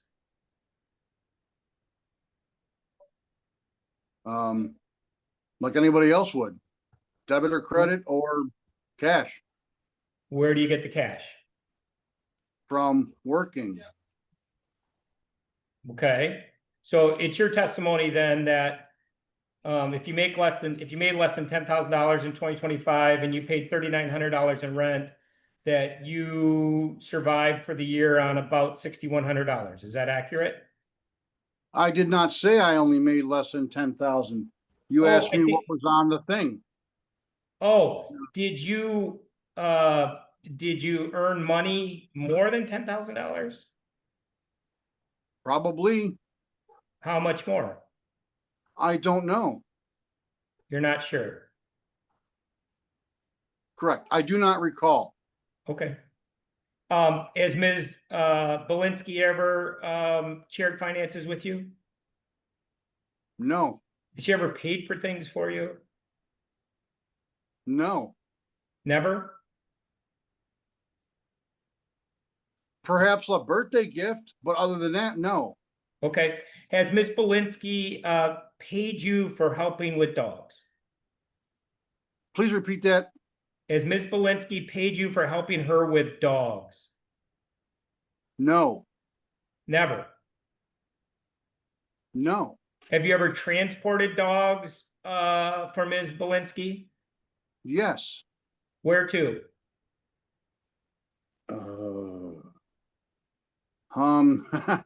A lot of different places. Do you need a list? How many times? In 2024 and 2025? I don't know, honestly. I don't keep track. Well, you just asked me if I needed a list, so maybe you should give me that list. Wisconsin, Indiana, Nebraska, Colorado, Missouri, New York, Connecticut. And you do all Um, these things for her at no cost to her? Well, she pays for the gas. Okay, but otherwise, and use her vehicle, right? Yes. Other than that, though, you don't get paid for it, right? No. Okay. But you do a lot of that then, right? A fair amount. Yes. Got it. Um,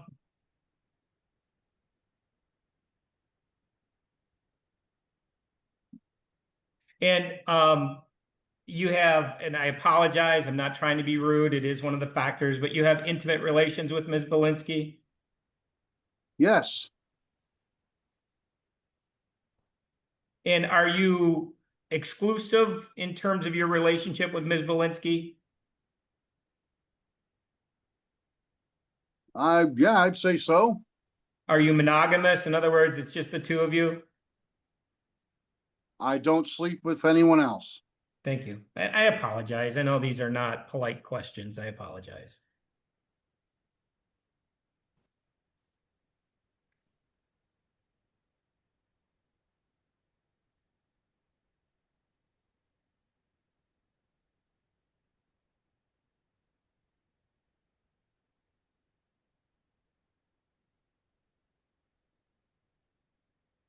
How many nights do you estimate you've been in Rockford at Ms. Balinski's residence in 2025? I have no idea. Okay. I don't keep a diary. I don't keep track of things like that. So you can't say if it was 2 or 200, right? I'm not saying anything. I'm not going to give a guess. And is the same true for 2024? Well, I don't remember then either. Okay, fair enough. Are you having a hard time hearing, sir? Do you need me to speak up? No, I can only hear out of my right ear. Oh, So, okay. Well, just let me know if you can't hear me, okay?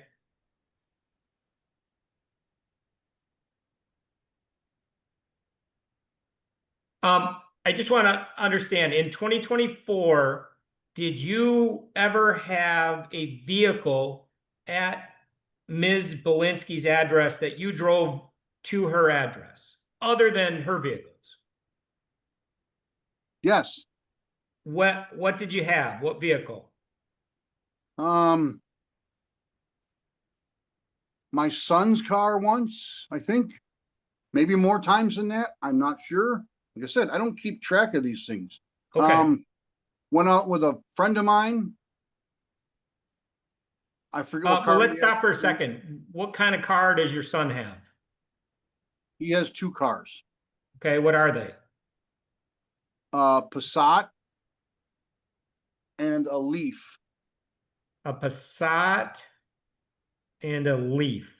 Okay. And then any other vehicles in 2024?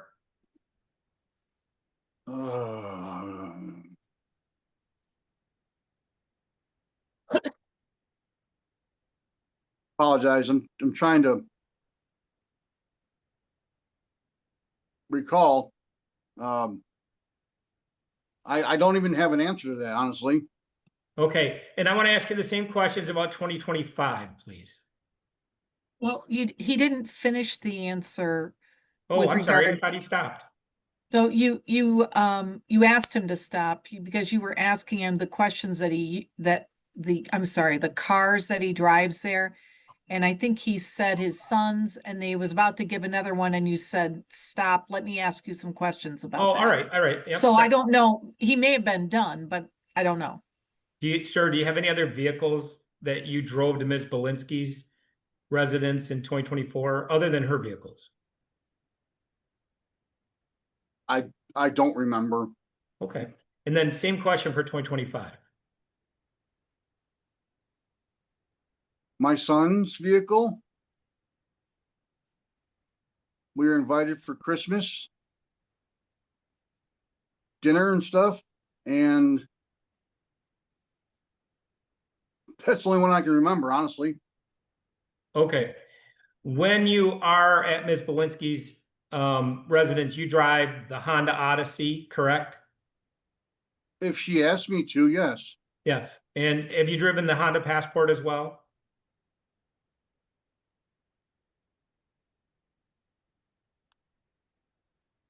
I'm going to say yes. I can't give you an example, but I'll have to say yes. But essentially, she drives the Passport and you drive the Odyssey when you're there, right?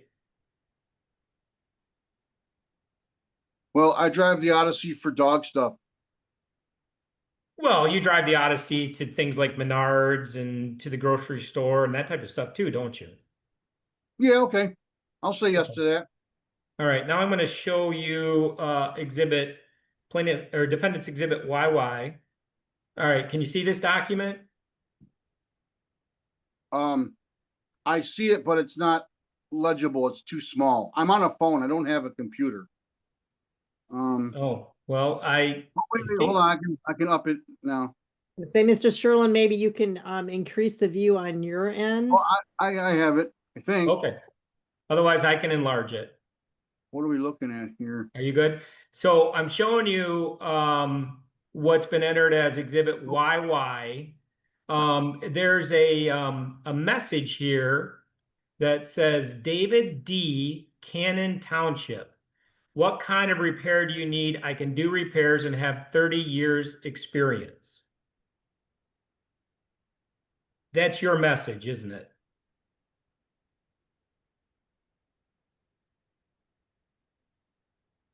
Yeah, it could be. I Okay. would say yes. And so it doesn't say Dave D. With Silver Lake, Wisconsin, does it? No, It says Dave D. Cannon Township, right? that's what it says. Yes, And Ms. Balinski lives in Cannon Township, correct? correct. Okay. And so you have sought, or Ms. Balinski has sought on your behalf, handyman work in the Cannon Township area, correct? Yes, Have you actually done handyman work for pay in the area? no, Okay, but you've tried, right? yes. Got it. That's all I have, Your Honor. Thank you. Ms. Bryan. Mr. Dolengowski, why were you looking for work and representing that you were in Cannon Township? It's a neighborhood like site. I don't know how to operate phones very well. She was showing me that because if I can get work, I can go crash at Karen's house for a few days and do work there. So you're trying to earn money? Yes, Okay, and some background information. How old are you? I am 55 years old. You're appearing via Zoom. Where are you? I'm in my garage at my apartment complex. Can I show you this document? You see that document, Mr. Dolengowski? Not yet. Yes, And does that appear to be your driver's license? that is my driver's license. And Your Honor, this is Exhibit 3 and it is page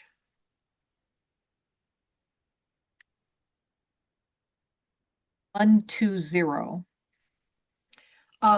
Do you still have a driver's license, Mr. Dolengowski? Yes, And is it still in Wisconsin? yes. Where is your residence? At the address listed on my driver's license, 330 East North Water Street, Silver Lake, Wisconsin, apartment H, 53170. And then I'm showing you the next page. So this would be Exhibit 3, page 121. And is this an excerpt of your 1099? Yes, And does this show that you received income in 2025 from CP Rental Properties LLC? Yes, Do you work for CP Properties on a regular basis? sometimes, I mean, when they have repairs or whatever, or they have empty apartments, we go in and refab them for new tenants. So you did that in 2025. Did you do that in 2024? Yes, Have you worked for them in 2026? yes. And where is all of that work performed? For them, it's Kenosha County. Wisconsin. Yes, yes, Wisconsin. All right. Now, you're the boyfriend of Karen, is that right? Correct. And how would you describe your frequency of visiting her in Michigan? She's my girlfriend. And So how often do you visit her? off and on, several times a year. Do you have any personal property at her home? Technically, just my dog, Okay. What dog is that? Drecky. Other than Drecky being at her home, do you have any personal items at the home? No, Any clothing items that are there right now? no, How about furniture? no, Do you keep a toothbrush there? no, When you come to visit her, do you transport your items like in a suitcase or a knapsack or something such as that? I have a red duffel bag. And when you leave, do you remove all of your personal items when you leave? Yes, Do you have a key to her house? no, Do you, to the best of your knowledge, receive any mail at her house? no, Have you ever filled out a forwarding address form to have your mail forwarded to her house? no, To your knowledge, do you know if, have you given anyone permission to forward mail to your house? no, Do you receive mail at the address on North Water Street? Is that where you get your mail? yes. Do you have any household duties at Karen's house? I only help with puppies. Okay, but is it correct that you took down an old deck off of her house at one time? Yes. And when was that you did that? Uh,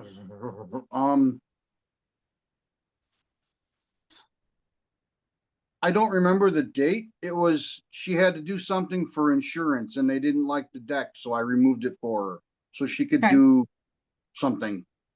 Okay. And so Mr. Sherlin asked you questions about how you live, how you pay for your expenses. How would you describe your lifestyle? I'm simple. I'm very cheap. I hate spending money, even if it's on myself. I do a lot of cash work. Only a few of my customers will give 1099s. Okay. And then you don't usually file a tax return, do you? No, That's all I have. Thank you, Your Honor. Mr. Sherlin, Yes. Do you have the Honda Odyssey van in Wisconsin that's owned by Ms. Balinski? yes. How long have you had it? Since the last time I was at her house was in early April. So you've had that van for nearly 2 months? Yes, And when you say several times per year, Ms. Bryan asked you how many times you visit Ms. Balinski? You said several times per year. What do you mean by several? Are we talking one or two or three or more? Well, several I consist of 5 to 7, maybe 8 times for Okay. visits. Do you have a residence in West Michigan? No, Okay, that's all I have, Your Honor. Ms. Bryant? Nothing further. All right, may this witness be excused. Please, Your Honor, and thanks to Mr. Dolengowski for appearing. Ms. Bryant? Thank you that he may be excused. Thank you, Mr. Dolengowski. You're excused. that means does that mean I'm done? Yes, you are. You can leave. All right, thank you.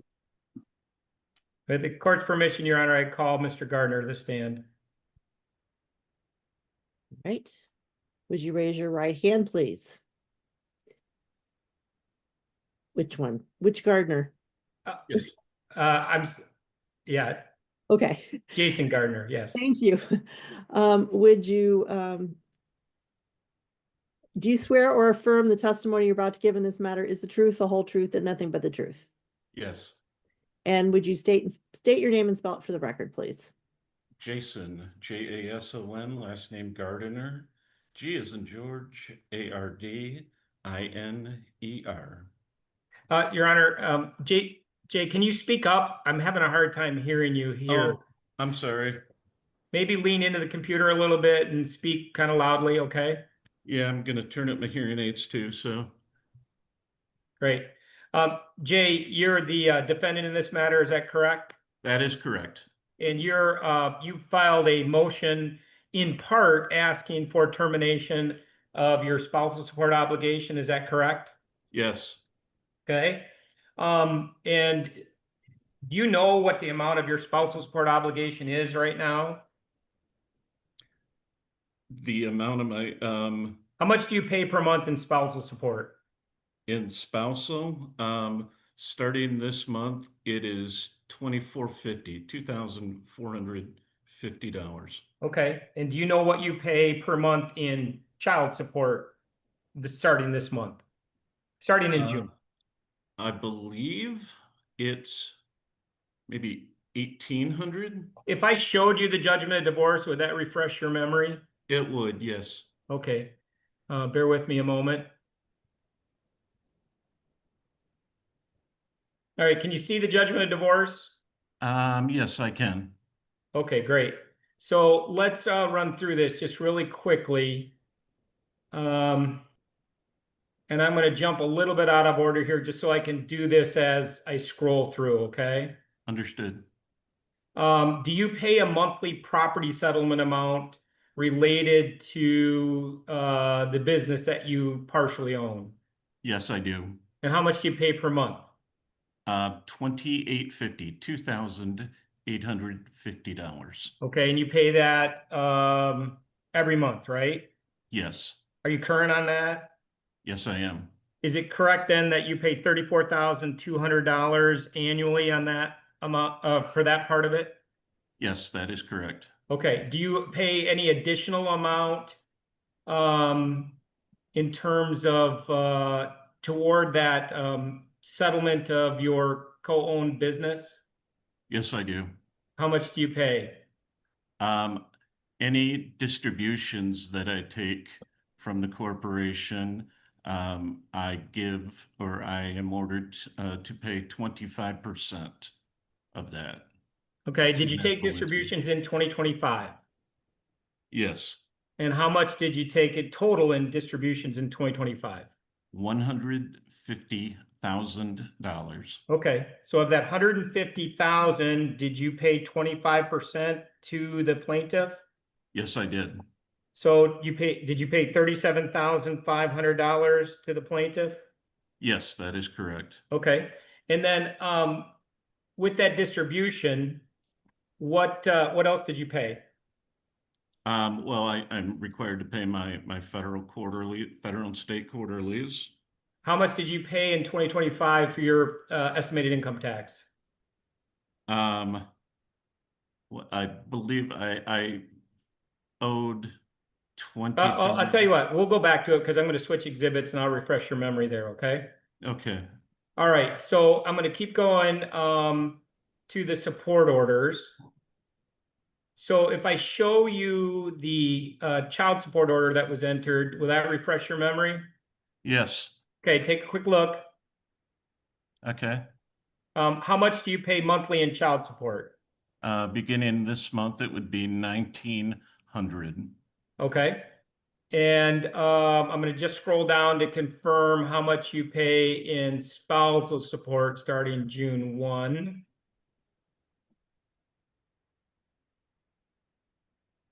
Is that the $2,450 that you testified to? Yes, correct. Okay.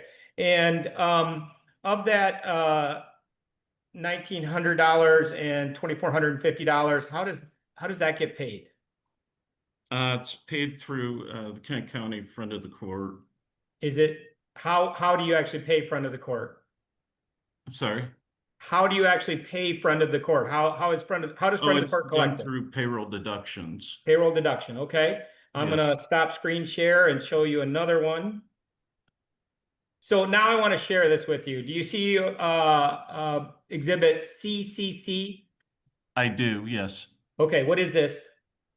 That is a pay stub from my most recent payroll period. Okay, so is this W-2 income then? I'm sorry. Is this reported to you as W-2 income? It would be, yeah.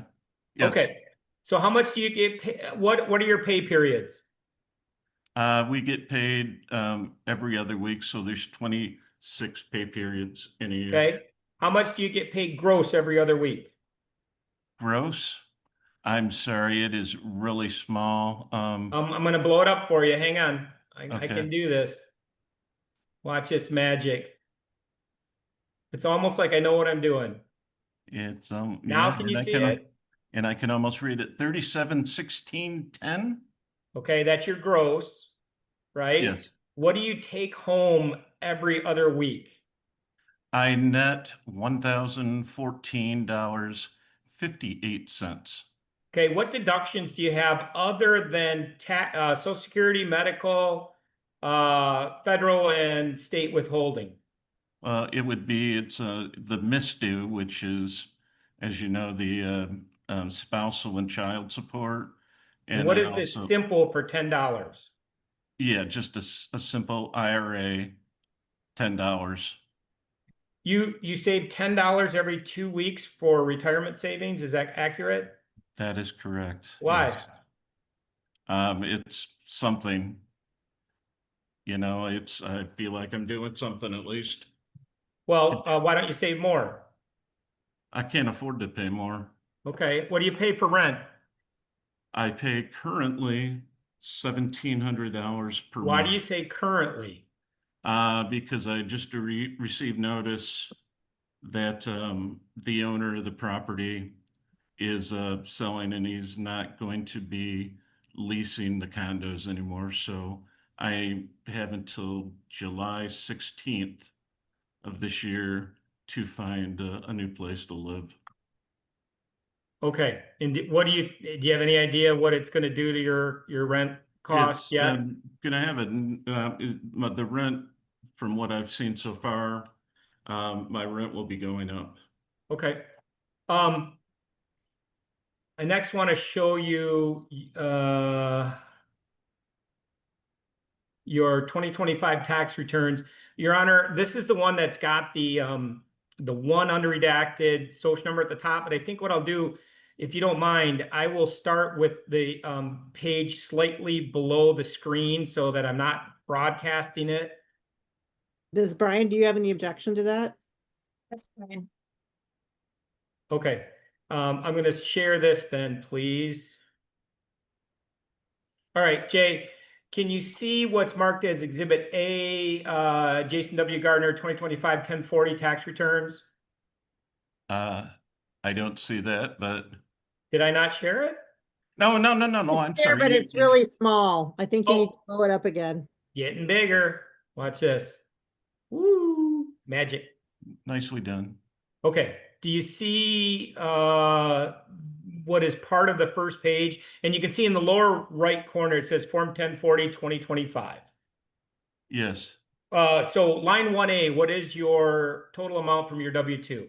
1A is 122,853, 122.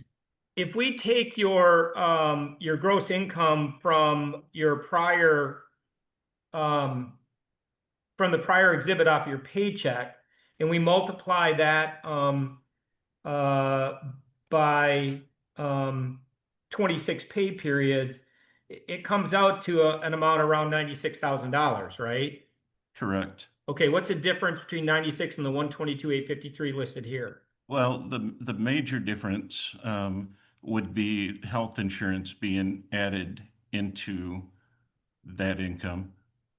You get taxed for your company paying for health insurance? Yeah, and then they add it to my income and I get taxed on it. Yes. Okay, but the bottom line, in terms of spendable income that you receive, after front of the court and taxes are withdrawn from your regular paycheck, how much do you have left to spend every 2 weeks? Well, I have my How much do you have left to $1,000. spend every 2 weeks from your paycheck? How much do you get net pay every 2 weeks? Just over $1,000, $1,014 and change. Yep, thank you. Okay, so you testified that you took $150,000 in distributions in 2025. Is that correct? Yes. Okay, so bear with me while I get there. Okay, so if you look at this page, and this is page 23 of your 2025 tax or of the exhibit, and if you look down, if you look in the far left column, current year amount, and look down to property distributions, what's the amount in there? $150,000. Okay, so from that $150,000, you already testified that you paid $34,200 in your $2,850 per month payment to Ms. Balinski in 2025? Correct. Okay, where did that get paid from? That gets paid from that $150,000. Okay, and then you also paid 25% of these distributions to Ms. Balinski, is that correct? Yes, correct. Okay, and then you made estimated tax payments. Where did that money come from? It comes from that $150,000. Okay. Bear with me. I'm trying to do this without putting the other part of it up on the screen. And just a moment.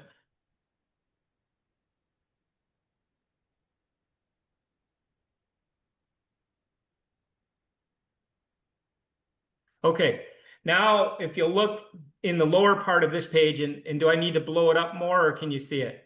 I believe I can see it. Okay.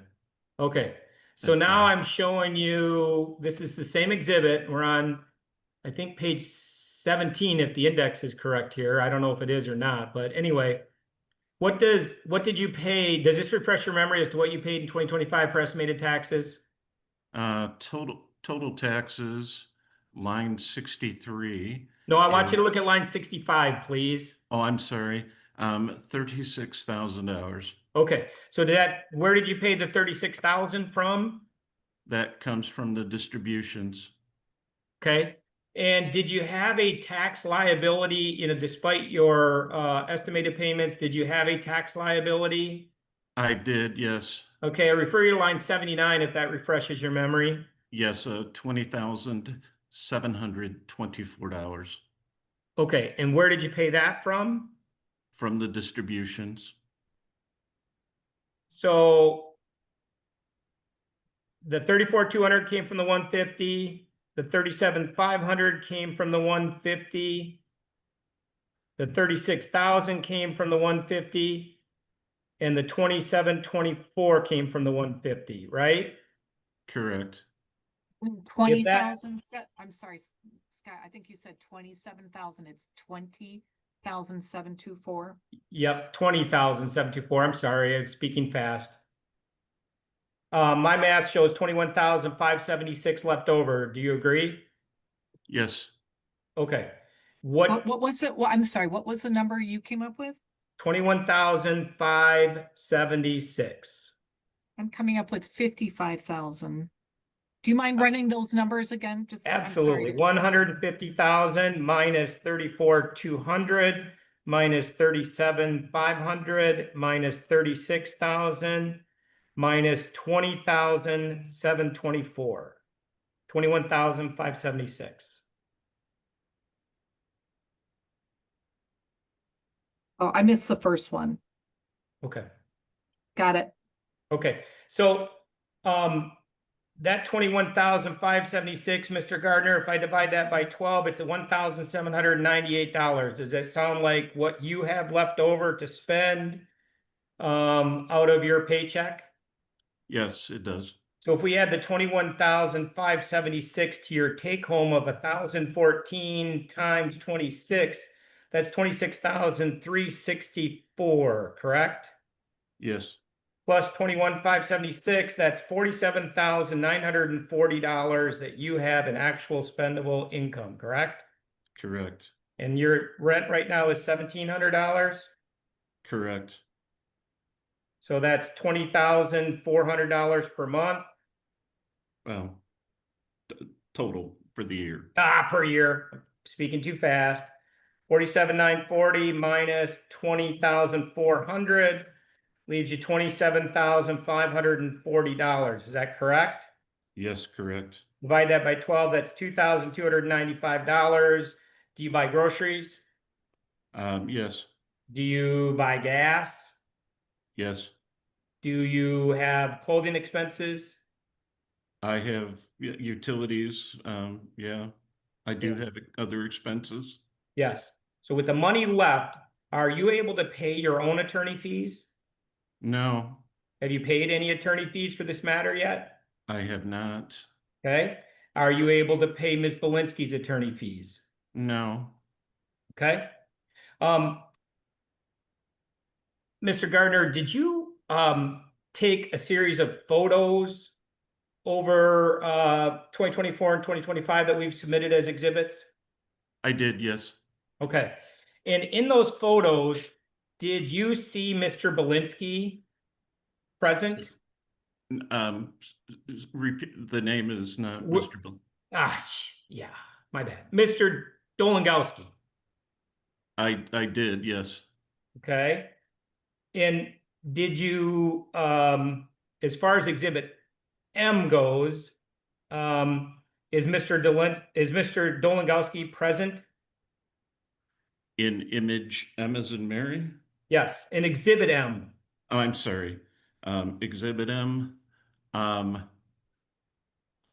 Without seeing the image again, All right, we're gonna have to do it the hard way. I'm just trying, I wondered if you remembered or not. So let's go through this real quickly. You see it now?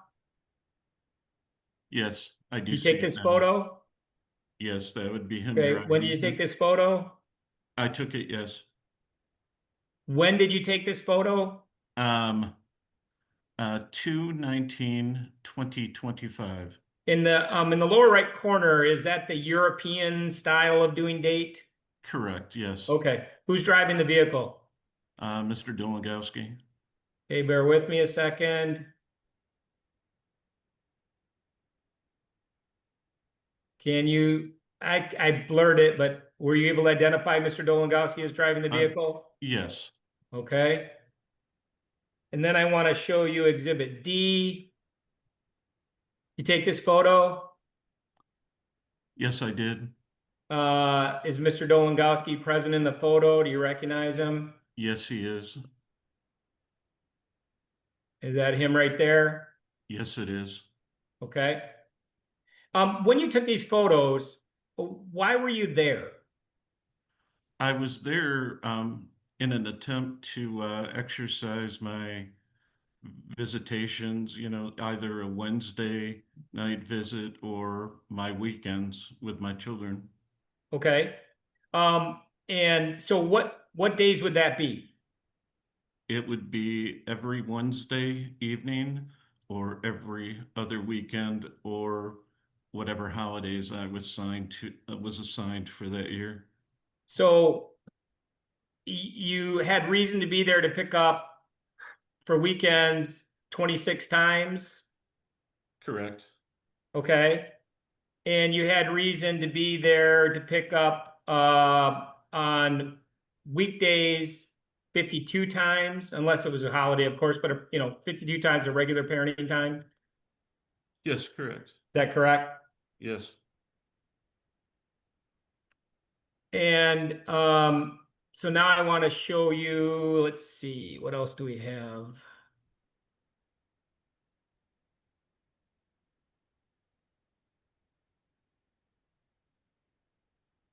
So this, I want to show you now Exhibit V. Is that V like Victor? V like Victor, Your Honor. Thank you.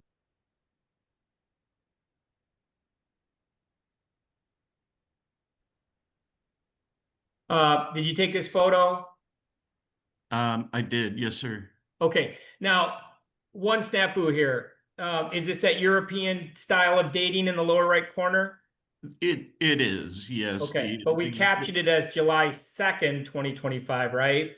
Yeah, the image was actually captured on 2/7 of 25. All right, is that snow on the ground? Correct, yes. Okay, is that Mr. Dolengowski in the photo? That is him in the photo, yes. Got it. All right, I'm going to show you the next exhibit.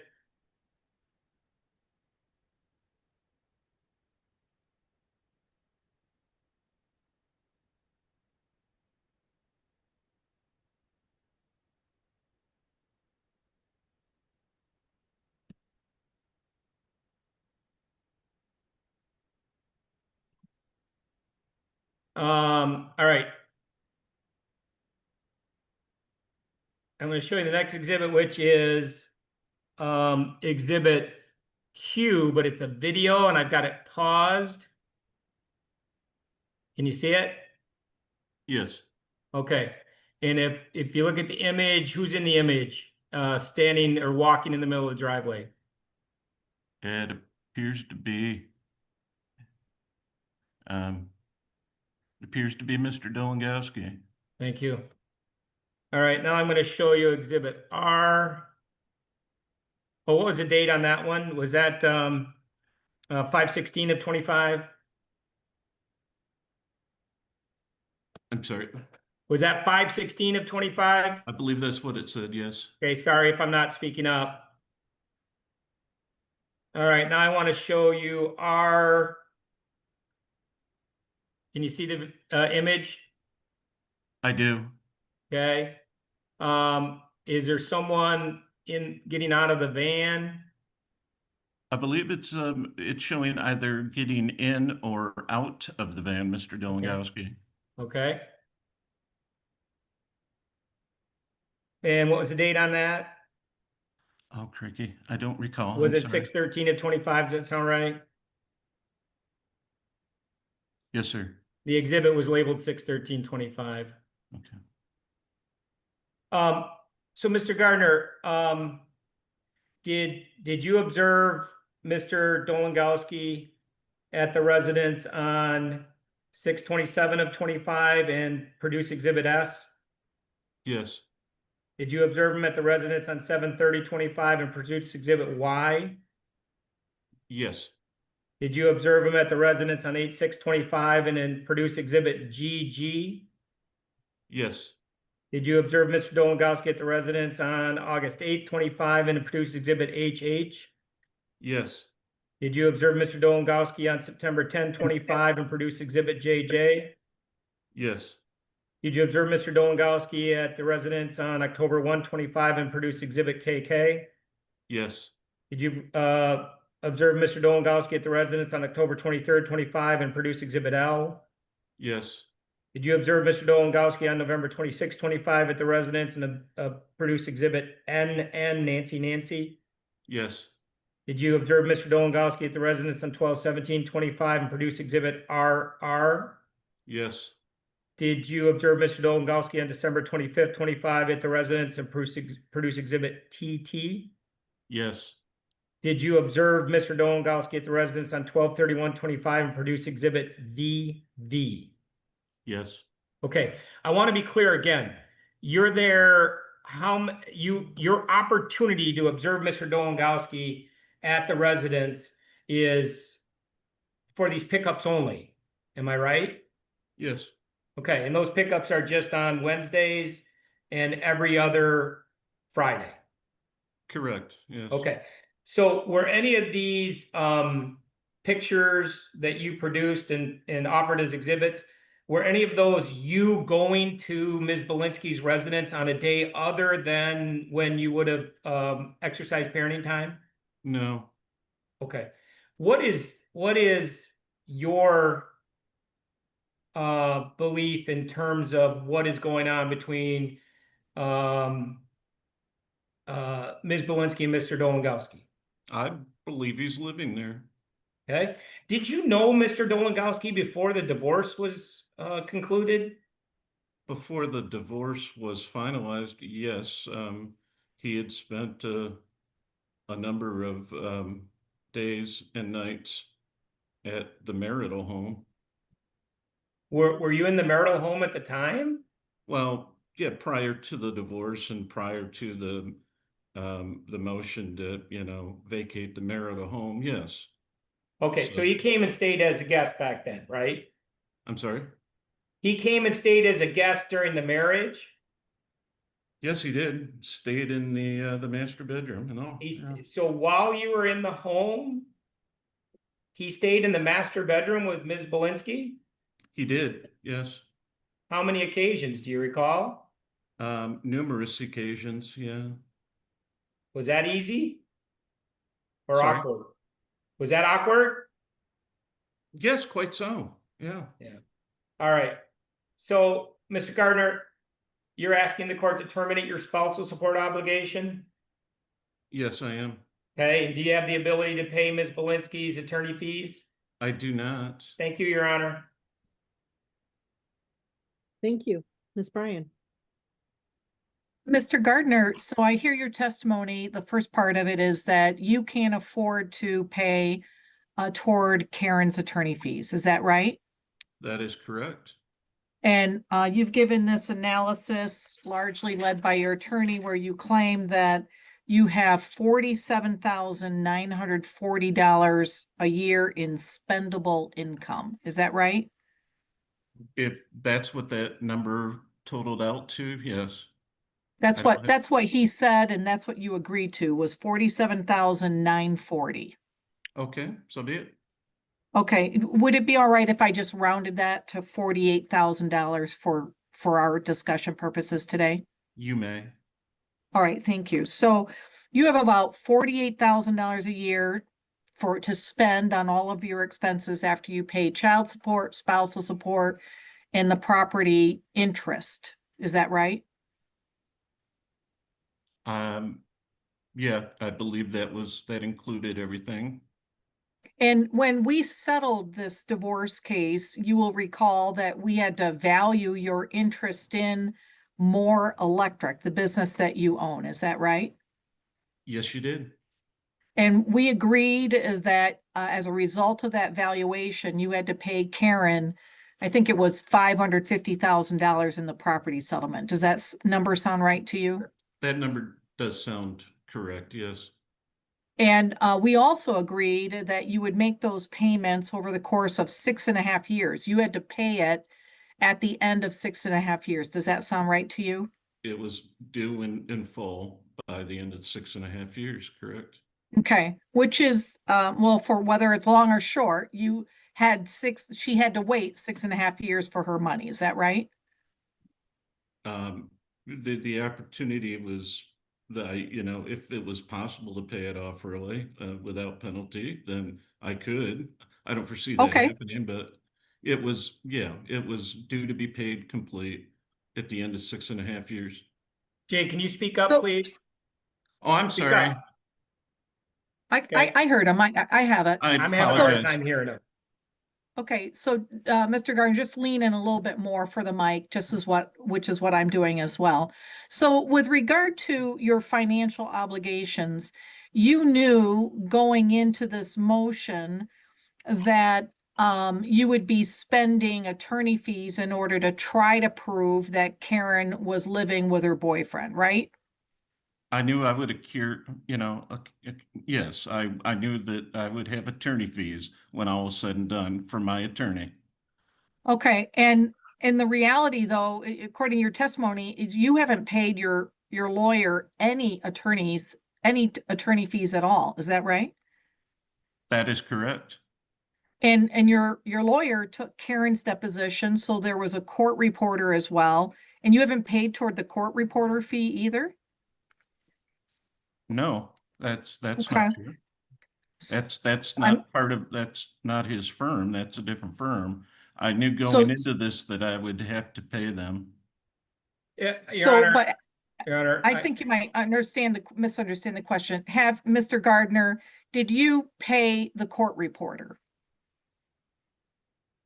Yes, Okay, so you didn't pay the attorney fee, but you paid the court reporter. that is correct. Yes, All right, and then with regard to the private investigator, you paid the private investigator as well. Is that right? that is correct. All right, let me show you this. Can you see the document in front of you? I do. Yes. This is Exhibit 18. And this is, I think it's page 420.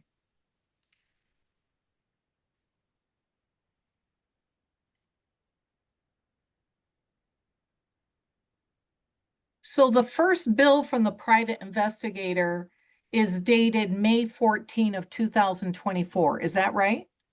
Correct. And the first thing you did with a private investigator cost $187. Is that right? Yes, correct. And the description of this bill says that back in May of 24, that you asked them to do a background check into David Dolengowski. Is that right? That is correct. So did you receive that background check in 2024? Yes, And is that background check part of the investigative report that has been shared in this motion? that was done prior to me ordering, I believe, prior to me ordering the surveillance or however you want to describe it. This was a simple background check that I had run on him.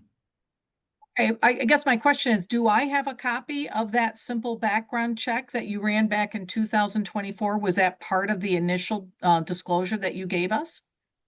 I don't know. Oh. So when you ran that background check in 2024, did you learn that Mr. Dolengowski has a Wisconsin driver's license? I don't recall everything that was contained within that report from 2024. I'm just asking if you knew one thing. Did you learn in 2024 that Mr. Dolengowski had a Wisconsin driver's license? It was probably included in there, but I don't recall the details of that report. Okay, I know you don't recall the details. I'm just asking the one issue. Either you recall it or you don't. Did you know that he was a Wisconsin resident back in 2024? I assumed he had a Wisconsin driver's license at that point. Okay, and you would likely assume that because they told you that back in 2024. Is that right? I'm sorry, say it one more time. You likely assumed that he had a Wisconsin license because they told you that back when you first got the I would say background that's a check. fair assumption, yes. Okay, now let's go to the next bill.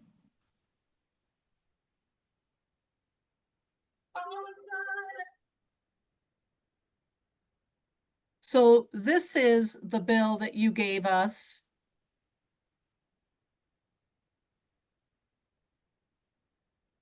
And it's page 420.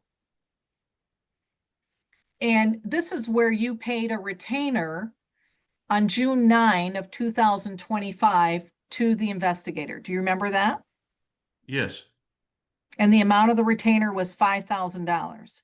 I paid the retainer, I believe, to my law, Sherlin Preston Van Meter, didn't I? Okay, well, it doesn't matter. You paid the retainer, whether it was ultimately forwarded. $5,000 came from me, yes.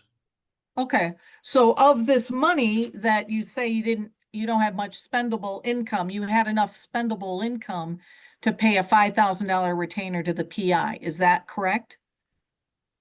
I had that money available to pay that invoice, yeah.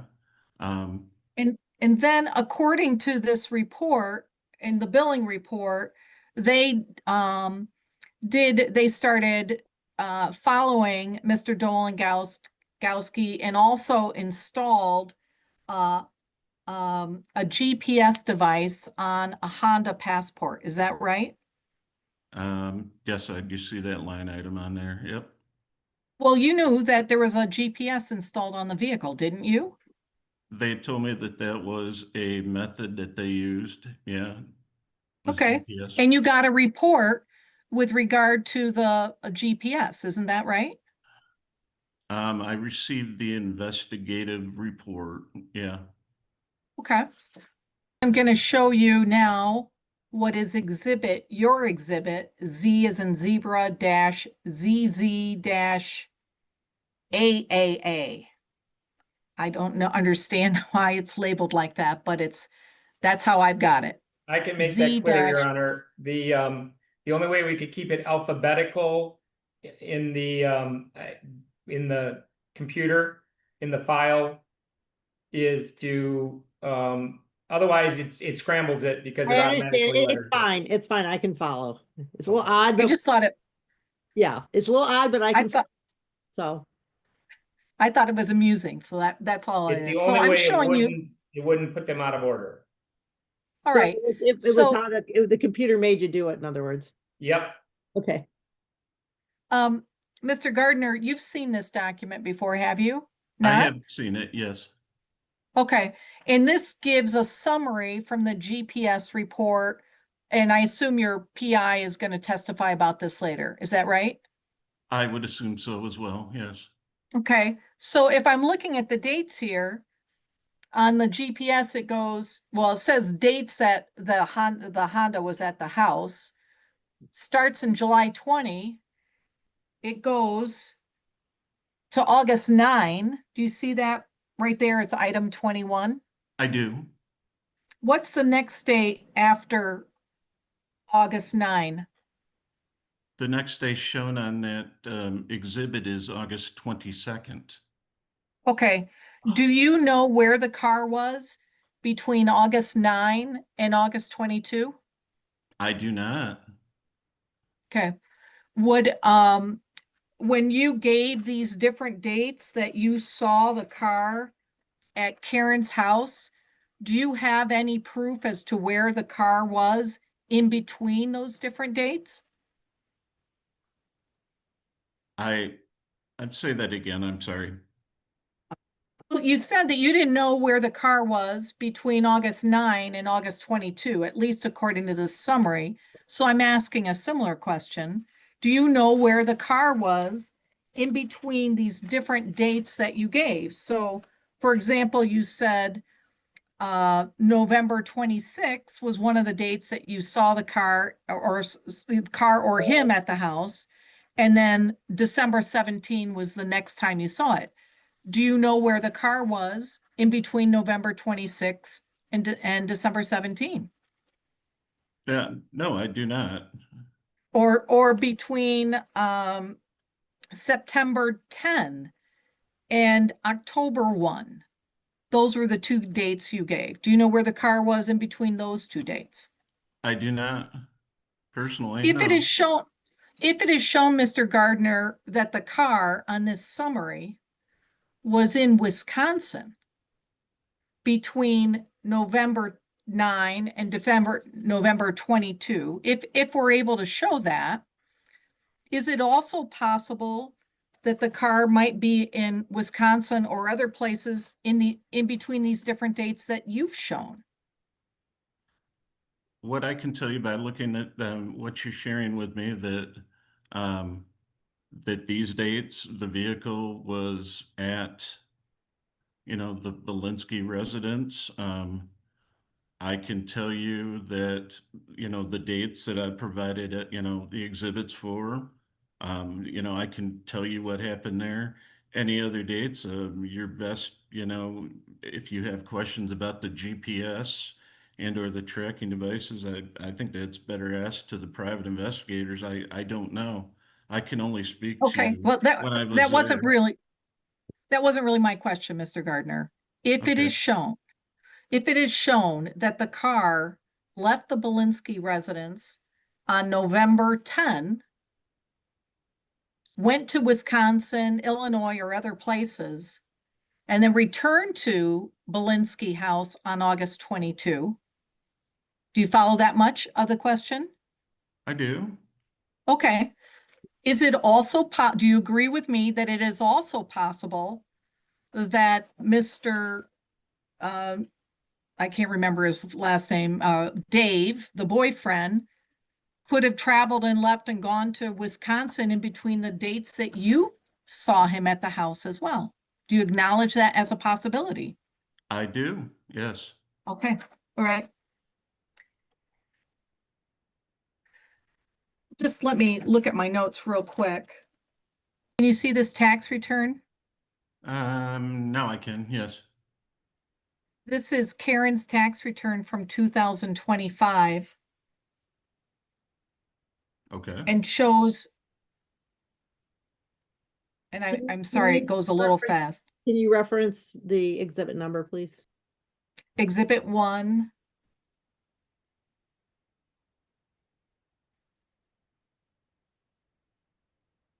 Hold on.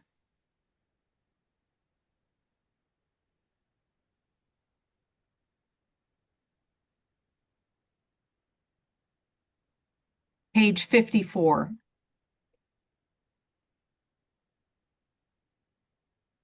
Mr. Gardner, do you see Karen's gross income, adjusted gross income on the bottom of this tax return? Yes, line 11A, is it? Yeah, Yes, I do see that. in the amount? $40,251.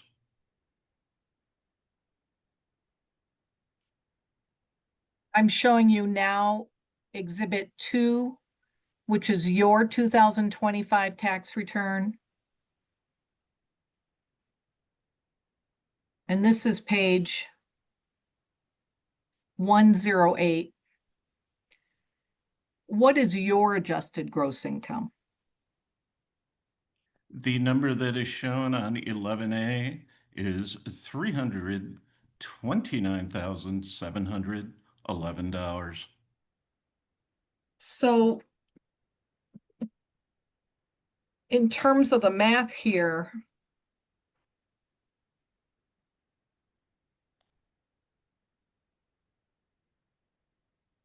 would you agree with me that Karen's gross income on her tax return is about 12% of your gross income?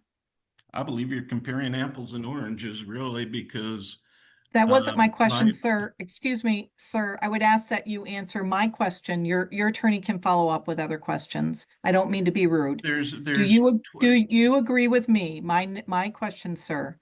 Do you agree with me that Karen's gross income is about 12% of your gross income as reported on the 2025 tax returns? It's a yes or a no? Yes. Thank you. And do you acknowledge that Dave, the boyfriend, does in fact have a residence in Wisconsin? That's what his driver's license shows, so yes. And you knew that before you filed this motion, is that right? I believe that was included in the original investigator report. I believe that's what he has as his legal address, yes. Are you aware that Karen's legal fees have been in excess of $20,000 in defending this matter? No, I didn't know that. You didn't look at the attorney fee bills that were submitted? I thought the original one was redacted, but I haven't looked at anything since then. Okay, and how much in attorney fees have you incurred? Well, the last statement that I was given was, I believe it was about $7,500, Okay, but that was, I would say 2-3 weeks ago. okay, that's all I have. Thank you, sir. Yes, thank you. Can we stop screen sharing, please? Mr. Sherlin. Thank you. Jay, just because Mr. Dolengowski has a driver's license from Wisconsin, does that lead you to believe he's not cohabitating with Ms. Balinski? No, Objection leading. What's your thought on whether, do you think, what's your thought on whether the parties are, you recognize that there's a judgment or a driver's license that was produced, correct? I believe that, yes. Does that change your opinion of whether they're cohabitating or not? No, it does not. Okay. Does your adjusted gross income for 2025 and 2024 include attributed income to you that you didn't actually receive? Yes, it does. That's all I have, Your Honor. Thank you. Ms. Bryan, any follow-up? No. All right. All right, next witness. Well, my next witness is at 4:30, Your Honor. How am I doing on time? Can I ask, please? Yes, you can. Ms. Van Oler.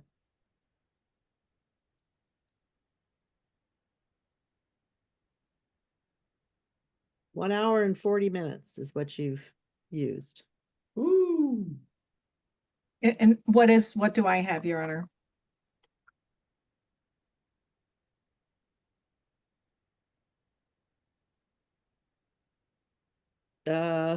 She says you're at almost 60 minutes.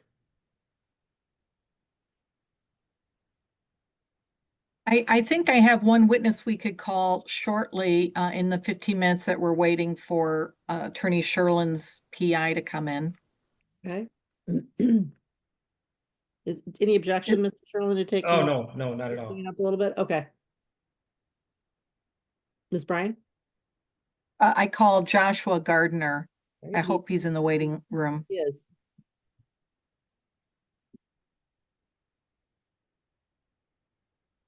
Mr. Gardner, are you there? Yes, I am here, Your All Honor. right, would you raise your right hand, please? Would you state your name and spell it for the record? Joshua Gardner, JOSHUAGARDNER.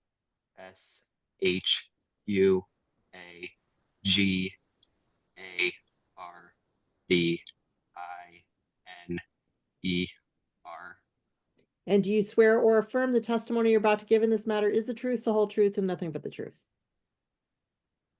I swear it's the truth, and it's Yeah, yes. Fine. Okay, thank you. Okay. Sorry, Your Honor. That's okay. Joshua, I'm Jenny Bryan. Have we ever talked before?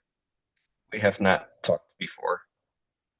And you are the son of Karen and Jason Gardner, is that right? That is correct. And where do you live? Do you like the address? Am I correct? Okay. Yeah. Address is 7037 Archway Drive, Northeast, Rockford, Michigan. Who do you live with? I live with my mom and my younger sibling. And do you know who your mom's boyfriend is, Dave?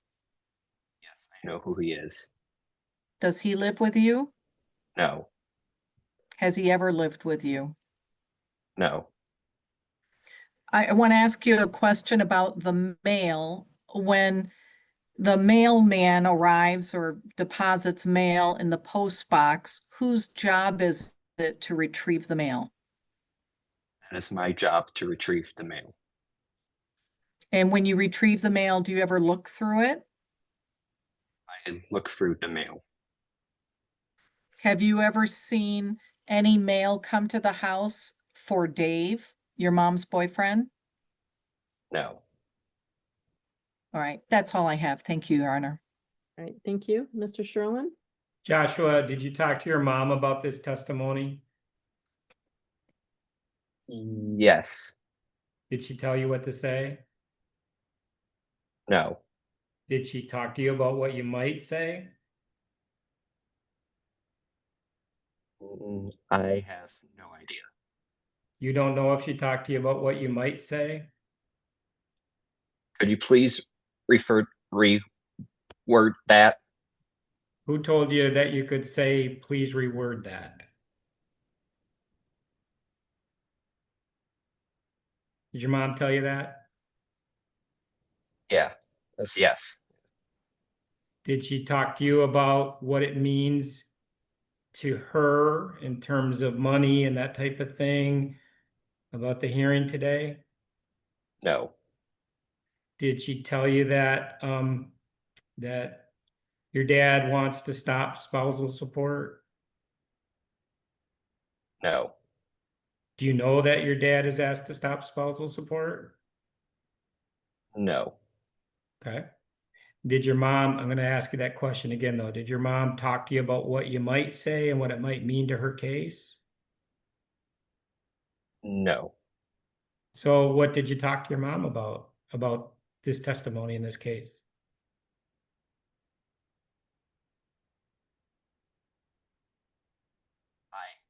I don't know. I'm sorry, what? I don't know. You don't know what you talked to your mom about? Yeah, yes, Okay, but you did talk to her. You already said that, right?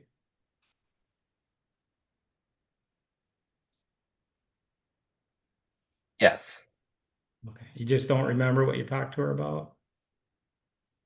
I don't remember what we talked about. Okay.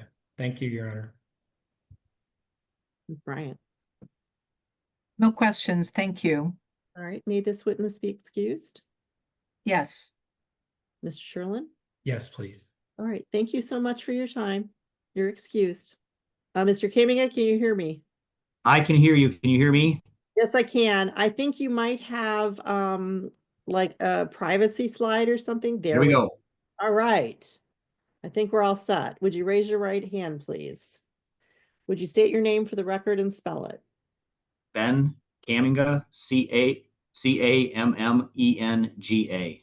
Do you swear or affirm the testimony you're about to give in this matter is the truth, the whole truth, and nothing but the truth? Yes, I do. All right. Mr. Kamenga, are you a licensed professional investigator, private investigator? Yes, I am. Okay, how long have you been a licensed private investigator? I've been licensed since November of 2023, I believe it was. But I've been doing private investigation work for 10 plus years. Okay, and who do you do private investigation work with or for? For a couple different entities, but Jim Fannin with Special Investigations Group is who I do the majority of my work. Okay, and as part of your work with Special Investigations Group, did you conduct surveillance in this matter on the Karen Balinski residence and the Karen Balinski's vehicles on July 11th, 2025, I did. and on July 18th, 2025, Yes. and on July 19th, 2025? Yes. And did you do surveillance on July 23rd, 25, at least in part? On, sorry, which date was that? I said July 23rd, 2025. July 23rd, I did it on July 25 and also July 26. Okay, so in the, was your data reduced into a report of investigation in the matter of Karen Marie Balinski and David A. Dolengowski? Yes, it was. Okay, so in the report, there's specific dates referenced, Friday, July 11, all 2025 dates, July 18, July 19, July 23rd, July 25th, July 26th, July 28th, and July 29th, right? Correct. And was there someone else that conducted surveillance on on certain of those dates? Yes, my wife, Liz, also conducted some of the surveillance. Liz, and does she go by the same last name? Yes, she does.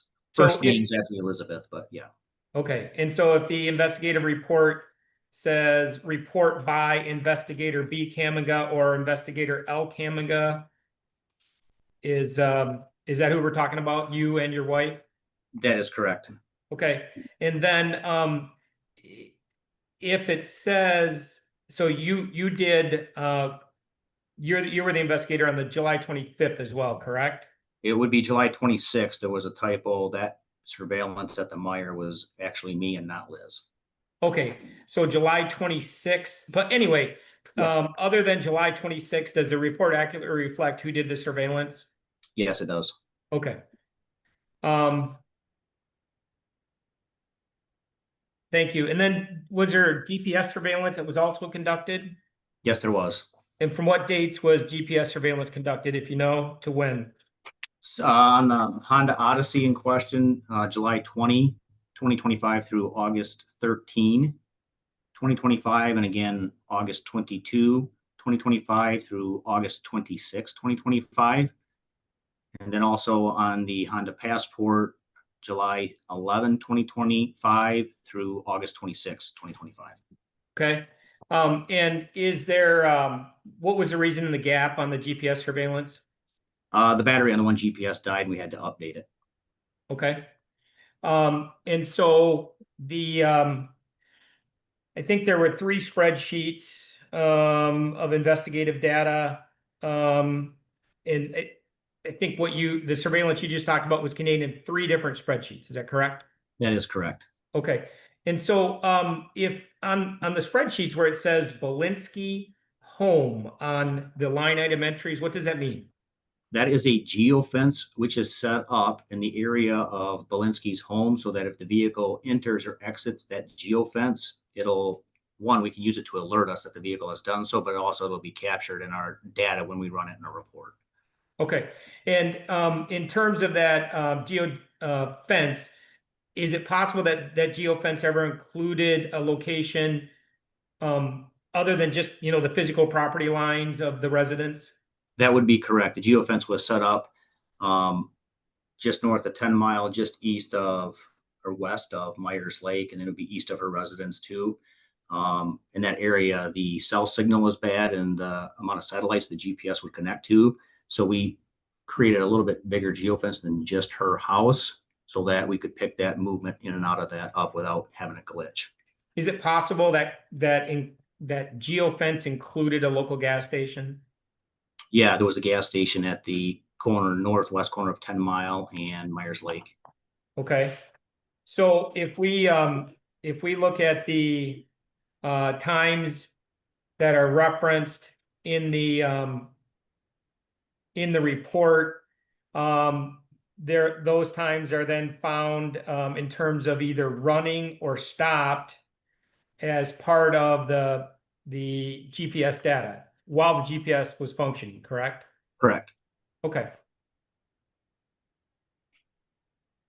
So while you were surveilling, did you observe any other vehicle that you could attribute to David Dolengowski? I did not. And did you observe David Dolengowski there during your surveillance? Yes, I did. At the residence in other locations? Yes. And that's reflected in the report? Yes. Great. Thank you, Your Honor. Ms. Bryan. Mr. Kamenga, so you're familiar with the GPS report, is that right? I am. Okay, I want to show you a summary that's been presented to the court as an exhibit. Have you ever seen this document before? Yes, I have. did you prepare this document? Yes, I did. And it says at the top, and Your Honor, this is Exhibit Z-ZZ-AAA. It says at the top, dates, the blue Honda was parked overnight at the Balinski residence. Is that the right title? That is correct.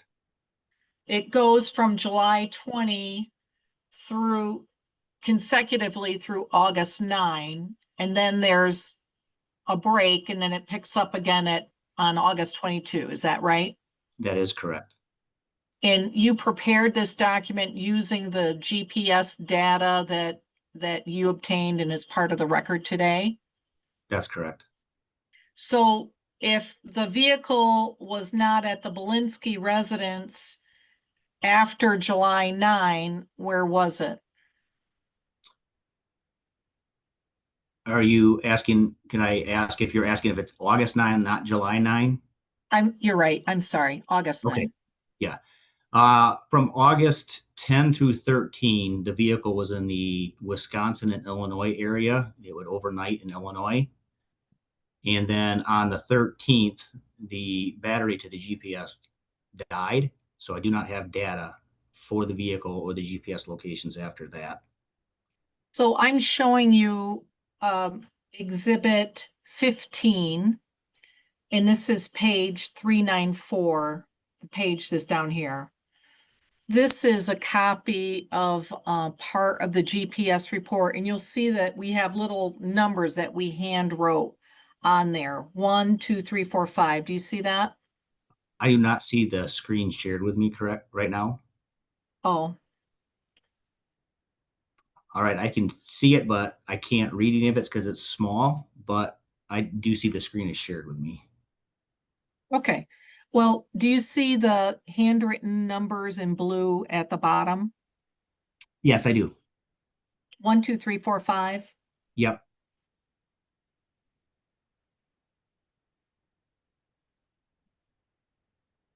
Oops. And then this is page 395. Do you see the handwritten numbers 6 through 21? I do. And are these the dates that this would be August 11 through August 13 on this particular page? Are these the dates where the vehicle was seen at locations other than Ms. Balinski's residence? Is that right? I cannot read anything besides your letters. What is on that document, I can't read. But if it is the dates that you're referring to, the vehicle was in either Illinois, it traveled to Illinois and Wisconsin, so it was not in Michigan. So I'm going to show you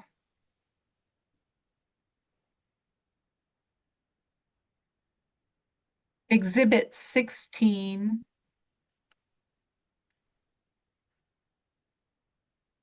And this is page 398 for the court's reference.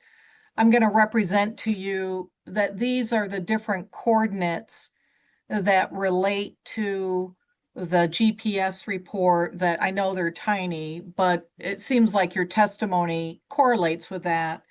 So this is the one where it picked up in Lake County, Illinois. Do you see that? Yes, I do.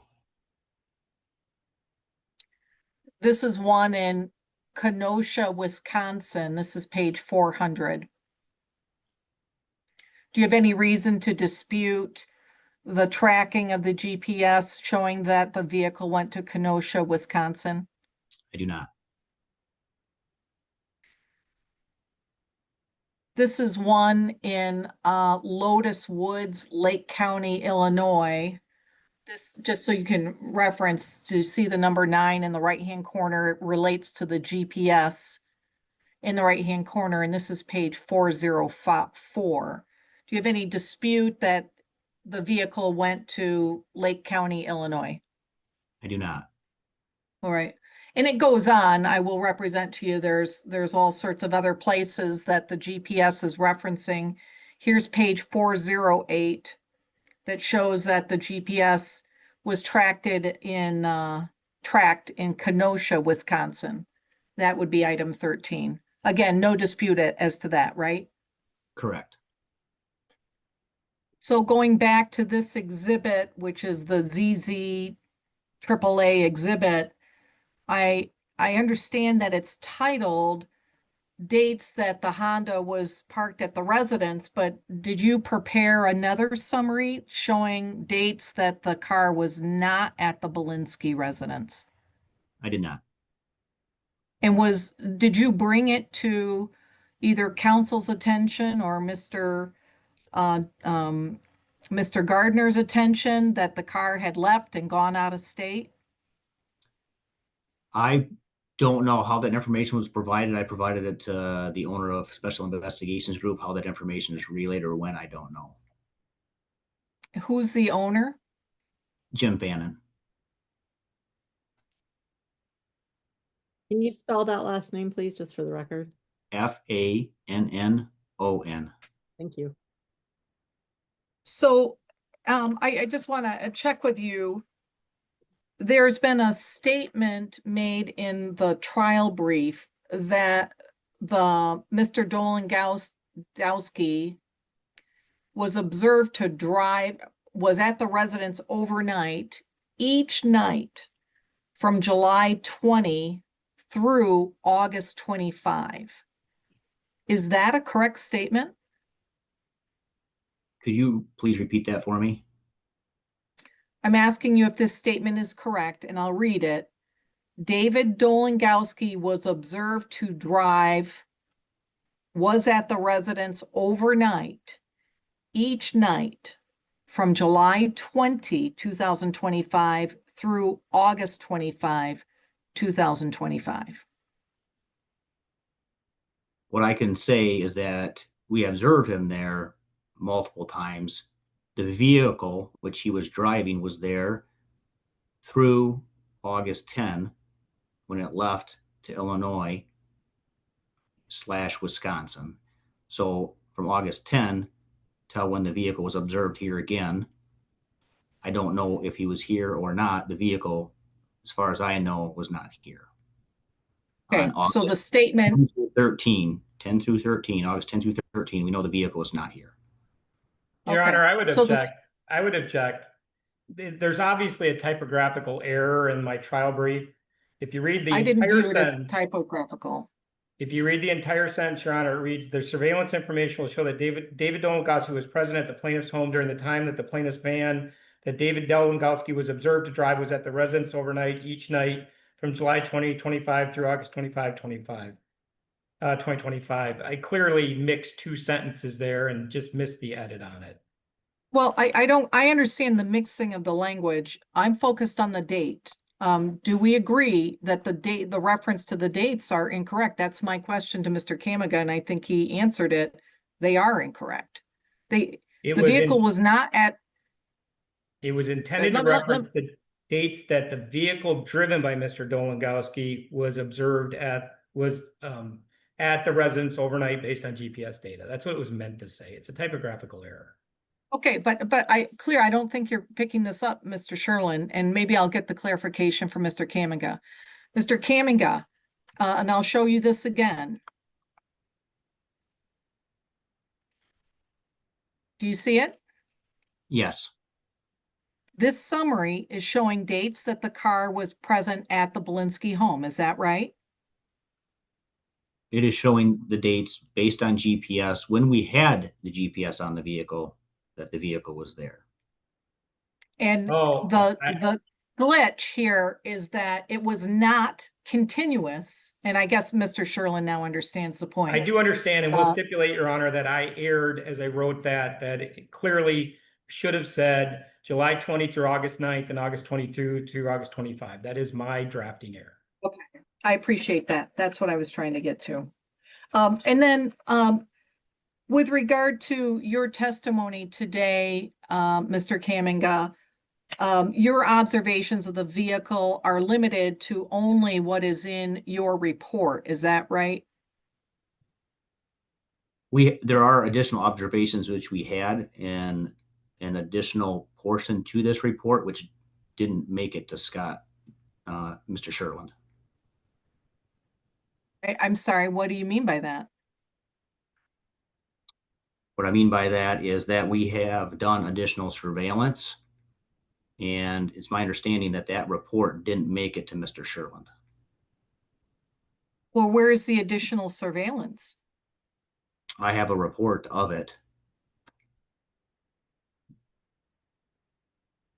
Well, Your Honor, I'm not going to ask the questions of this witness because I wasn't given this report, but I do think I should receive this report. I asked for all reports in answer to in discovery requests. And I should receive it, whether they're good or bad. They shouldn't withhold that evidence. Part of my original objection to the exhibits was that they didn't provide the GPS reports, and we got those late. And I've been dealing with them last minute, and now I'm hearing for the first time that there is another report that I should absolutely have a copy of before we continue this examination. Your Honor, I learned from Mr. Kamenga today that the report that I've had the whole time is what I provided and produced. Apparently there's some sort of miscommunication or misunderstanding. I did not know that there was, I don't know if it's an additional information or an addendum to the report. I don't know. I have what I have and I disclose what I have. I certainly have no problem with getting whatever balance there is to the report from Special Investigations Group and forwarding it. But I worked the whole time with the report that I produced. I mean, the whole point of discovery is to make sure that it's complete. We've already had one error with regard to it. I feel like I have the right to have that report. I don't know if it's something that would, excuse me, I don't know if it's something that would be of assistance to my client. I don't know if it's something that is against my client. But I think that what we should do at this point is adjourn the hearing, allow me to receive that report. I think the court should reserve the issue of sanctions with regard to failing to provide me with that report, and that we reconvene, or we can let the court know by email whether we wish to conclude the evidence today or not. But it's Right. not fair for me. Your Honor, as soon as I get the report, I'm happy to produce it. I don't know if there was a misunderstanding. I asked for the report, I received the report, I produced the report. If there's additional information that was added to or somehow otherwise reported, I'd like to see it as well. And I'm happy to make sure that's forwarded immediately to Ms. Bryan. I don't have it. I didn't produce it and it wasn't intentional. All right, well, I do think, given this new information, that we need to adjourn in terms of any examination, Mr. Kamenga, until both parties have received whatever this other report is. Okay. But I think we should go ahead, because assuming that there may or may not be information in there that either party wants to move forward on, we may be done. So I don't want to just stop everything at this point. So I would say let's finish up with what we can and excuse Mr. Kamenga for now. Okay. Thank you, Your Honor. Were you done with him, Ms. Bryant? Well, I don't know. I don't know if I'm done because I haven't received that report, and I'm thinking about something else, like, whether there was more fees paid by Mr. Gardner that were also not confessed, and that was another one of the questions that were provided. So in fairness, I think we should adjourn. It is 4:45 anyway. I don't know what the other PI person would say, and I don't know what's on that other report related to the other PI person. So Okay. this is as far as I can go right now with him until Okay. I see that So, report. Your Honor, Elizabeth Kamenga is just going to testify that she did the surveillance on the other dates in the report. So I can arrange for her to testify on another date. Okay. Is there anything else we can do today? I just like to know when I'm going to get the report. I've got to contact Special Investigations and ask them to forward it.